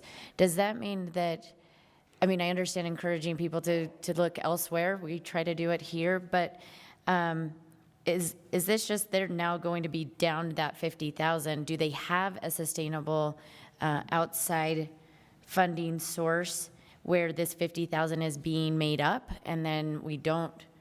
I mean, if these talks have been going on for a year, for example, it's like, we're going to cut this and we're going to encourage you, and they took that encouragement and went and did something with it by finding $50,000 elsewhere, then I would feel okay with saying we don't need to find that $50,000. If we said we're going to cut this and encourage you, and they were unable to find that, then I would be more interested in finding that money to give to them. So that's a question I have, is about where they're actually at in funding. I don't know if someone from the administration is prepared to talk to that tonight, but Let's do this. Let's find out from the administration of these programs that we have, what, 7 programs totaling $976,000. And of these programs, which are already, like not shovel, well, I'll just use an infrastructure term, shovel ready, which, what I don't want to do. And so Councilmember Johnston's point is, and this is what I've heard, not from you, but from as justification for this. Well, the new HRCs have storage. Well, the new HRCs aren't open and they're not operating, and we don't know how they're going to operate. We have hopes as to how they're going to operate, but I have real concern about cutting funding for something that we already have and gambling that something else is going to work. That's the concern that I have here. So what I'd like to see on Thursday is just a response on all of these. Which of these have programs that are, which of these are duplications, and are we reasonably assured that any sort of transition to those are just going to be the normal, the bumpy transition that any transition is, or if we're basically just cutting funding and hoping for the best. Does that work, Councilmember Mendenhall? Super quick. Yeah. I would so much rather us work hard to find the money just in case the HRCs aren't enough and things don't transition well than for us to be in an emergency budget amendment situation because Agreed. people are freezing on the streets or their stuff is piling up in the doorways of businesses and things. Yep, I agree. This is yeah. And with that, too, because there's so many unknowns, and that's why the reason of this residential facade for security and safety issues, because we don't know what's going to happen around the HRCs.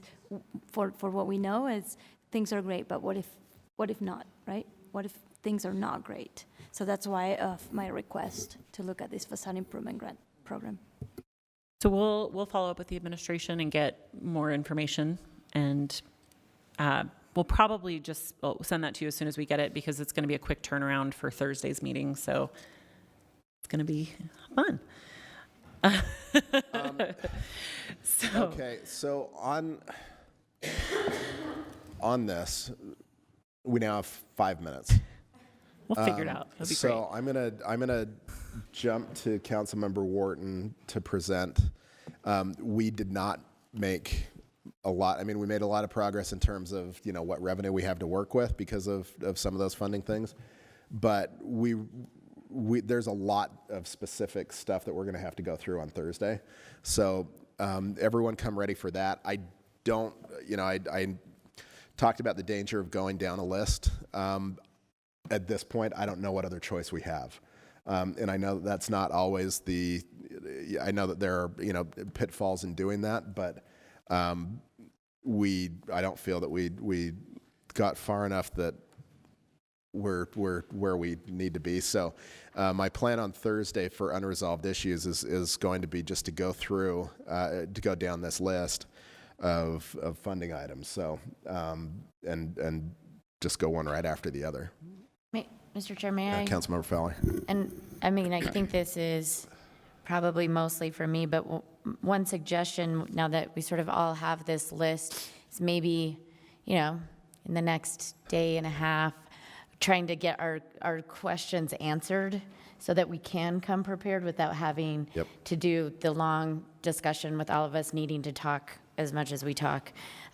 Because if we can have some of those ultimate questions answered by staff and kind of reaching out in the next day and a half, then maybe that will help our in-here discussion go a little quicker. And that can help the administration be prepared to answer them too. If they can't answer them over email, they can come prepared with the information instead of responding in the middle of the meeting. So perfect. Thank you. Yep.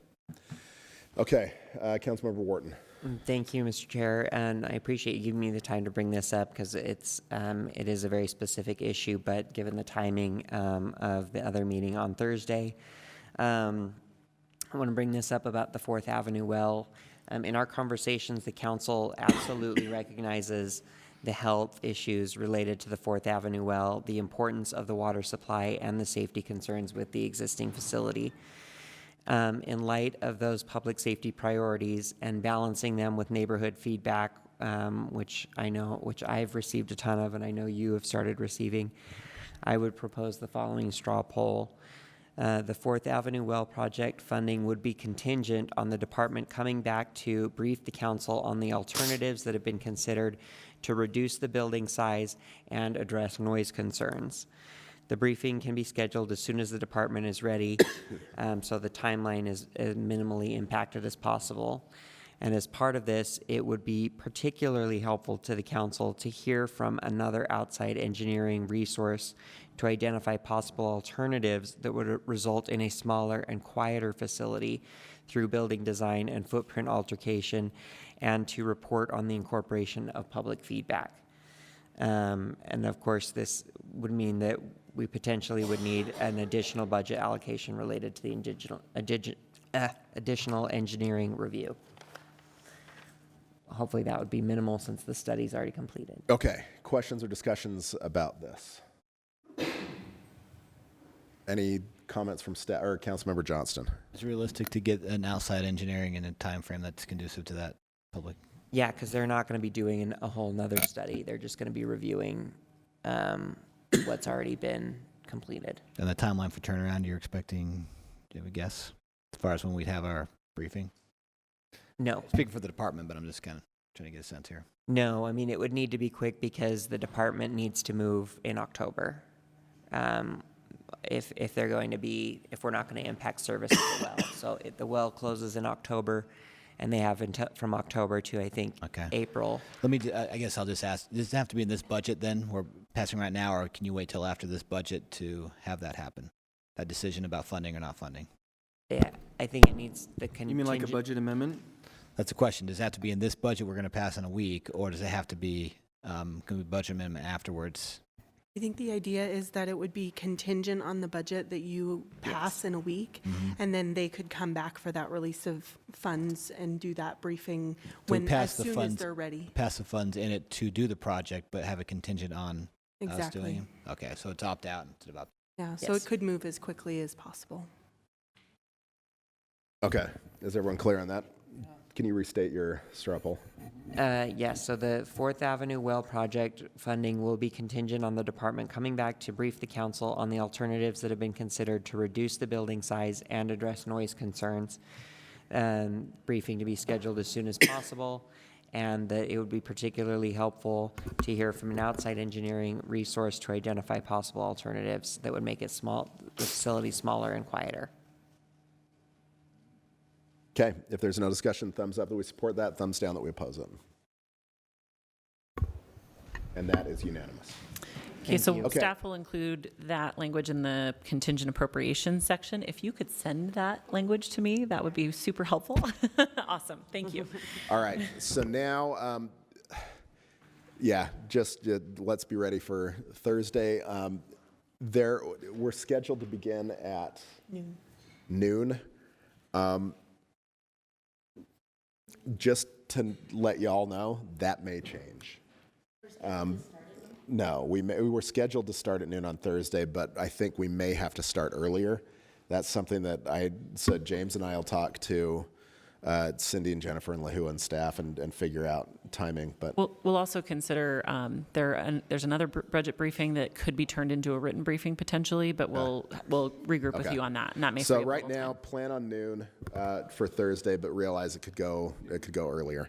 And in the meantime, go through and mark up this list so that we can move through these straw polls. And I totally, please feel free to send us questions if there's something that's not clear in the staff report or that you would feel comfortable straw polling. If you knew this one piece or that piece, then that way we'll be more prepared to go through the list Thursday. Mr. Chair? Yes. Do you need a motion to enter I into was just closed going to ask for a session? motion.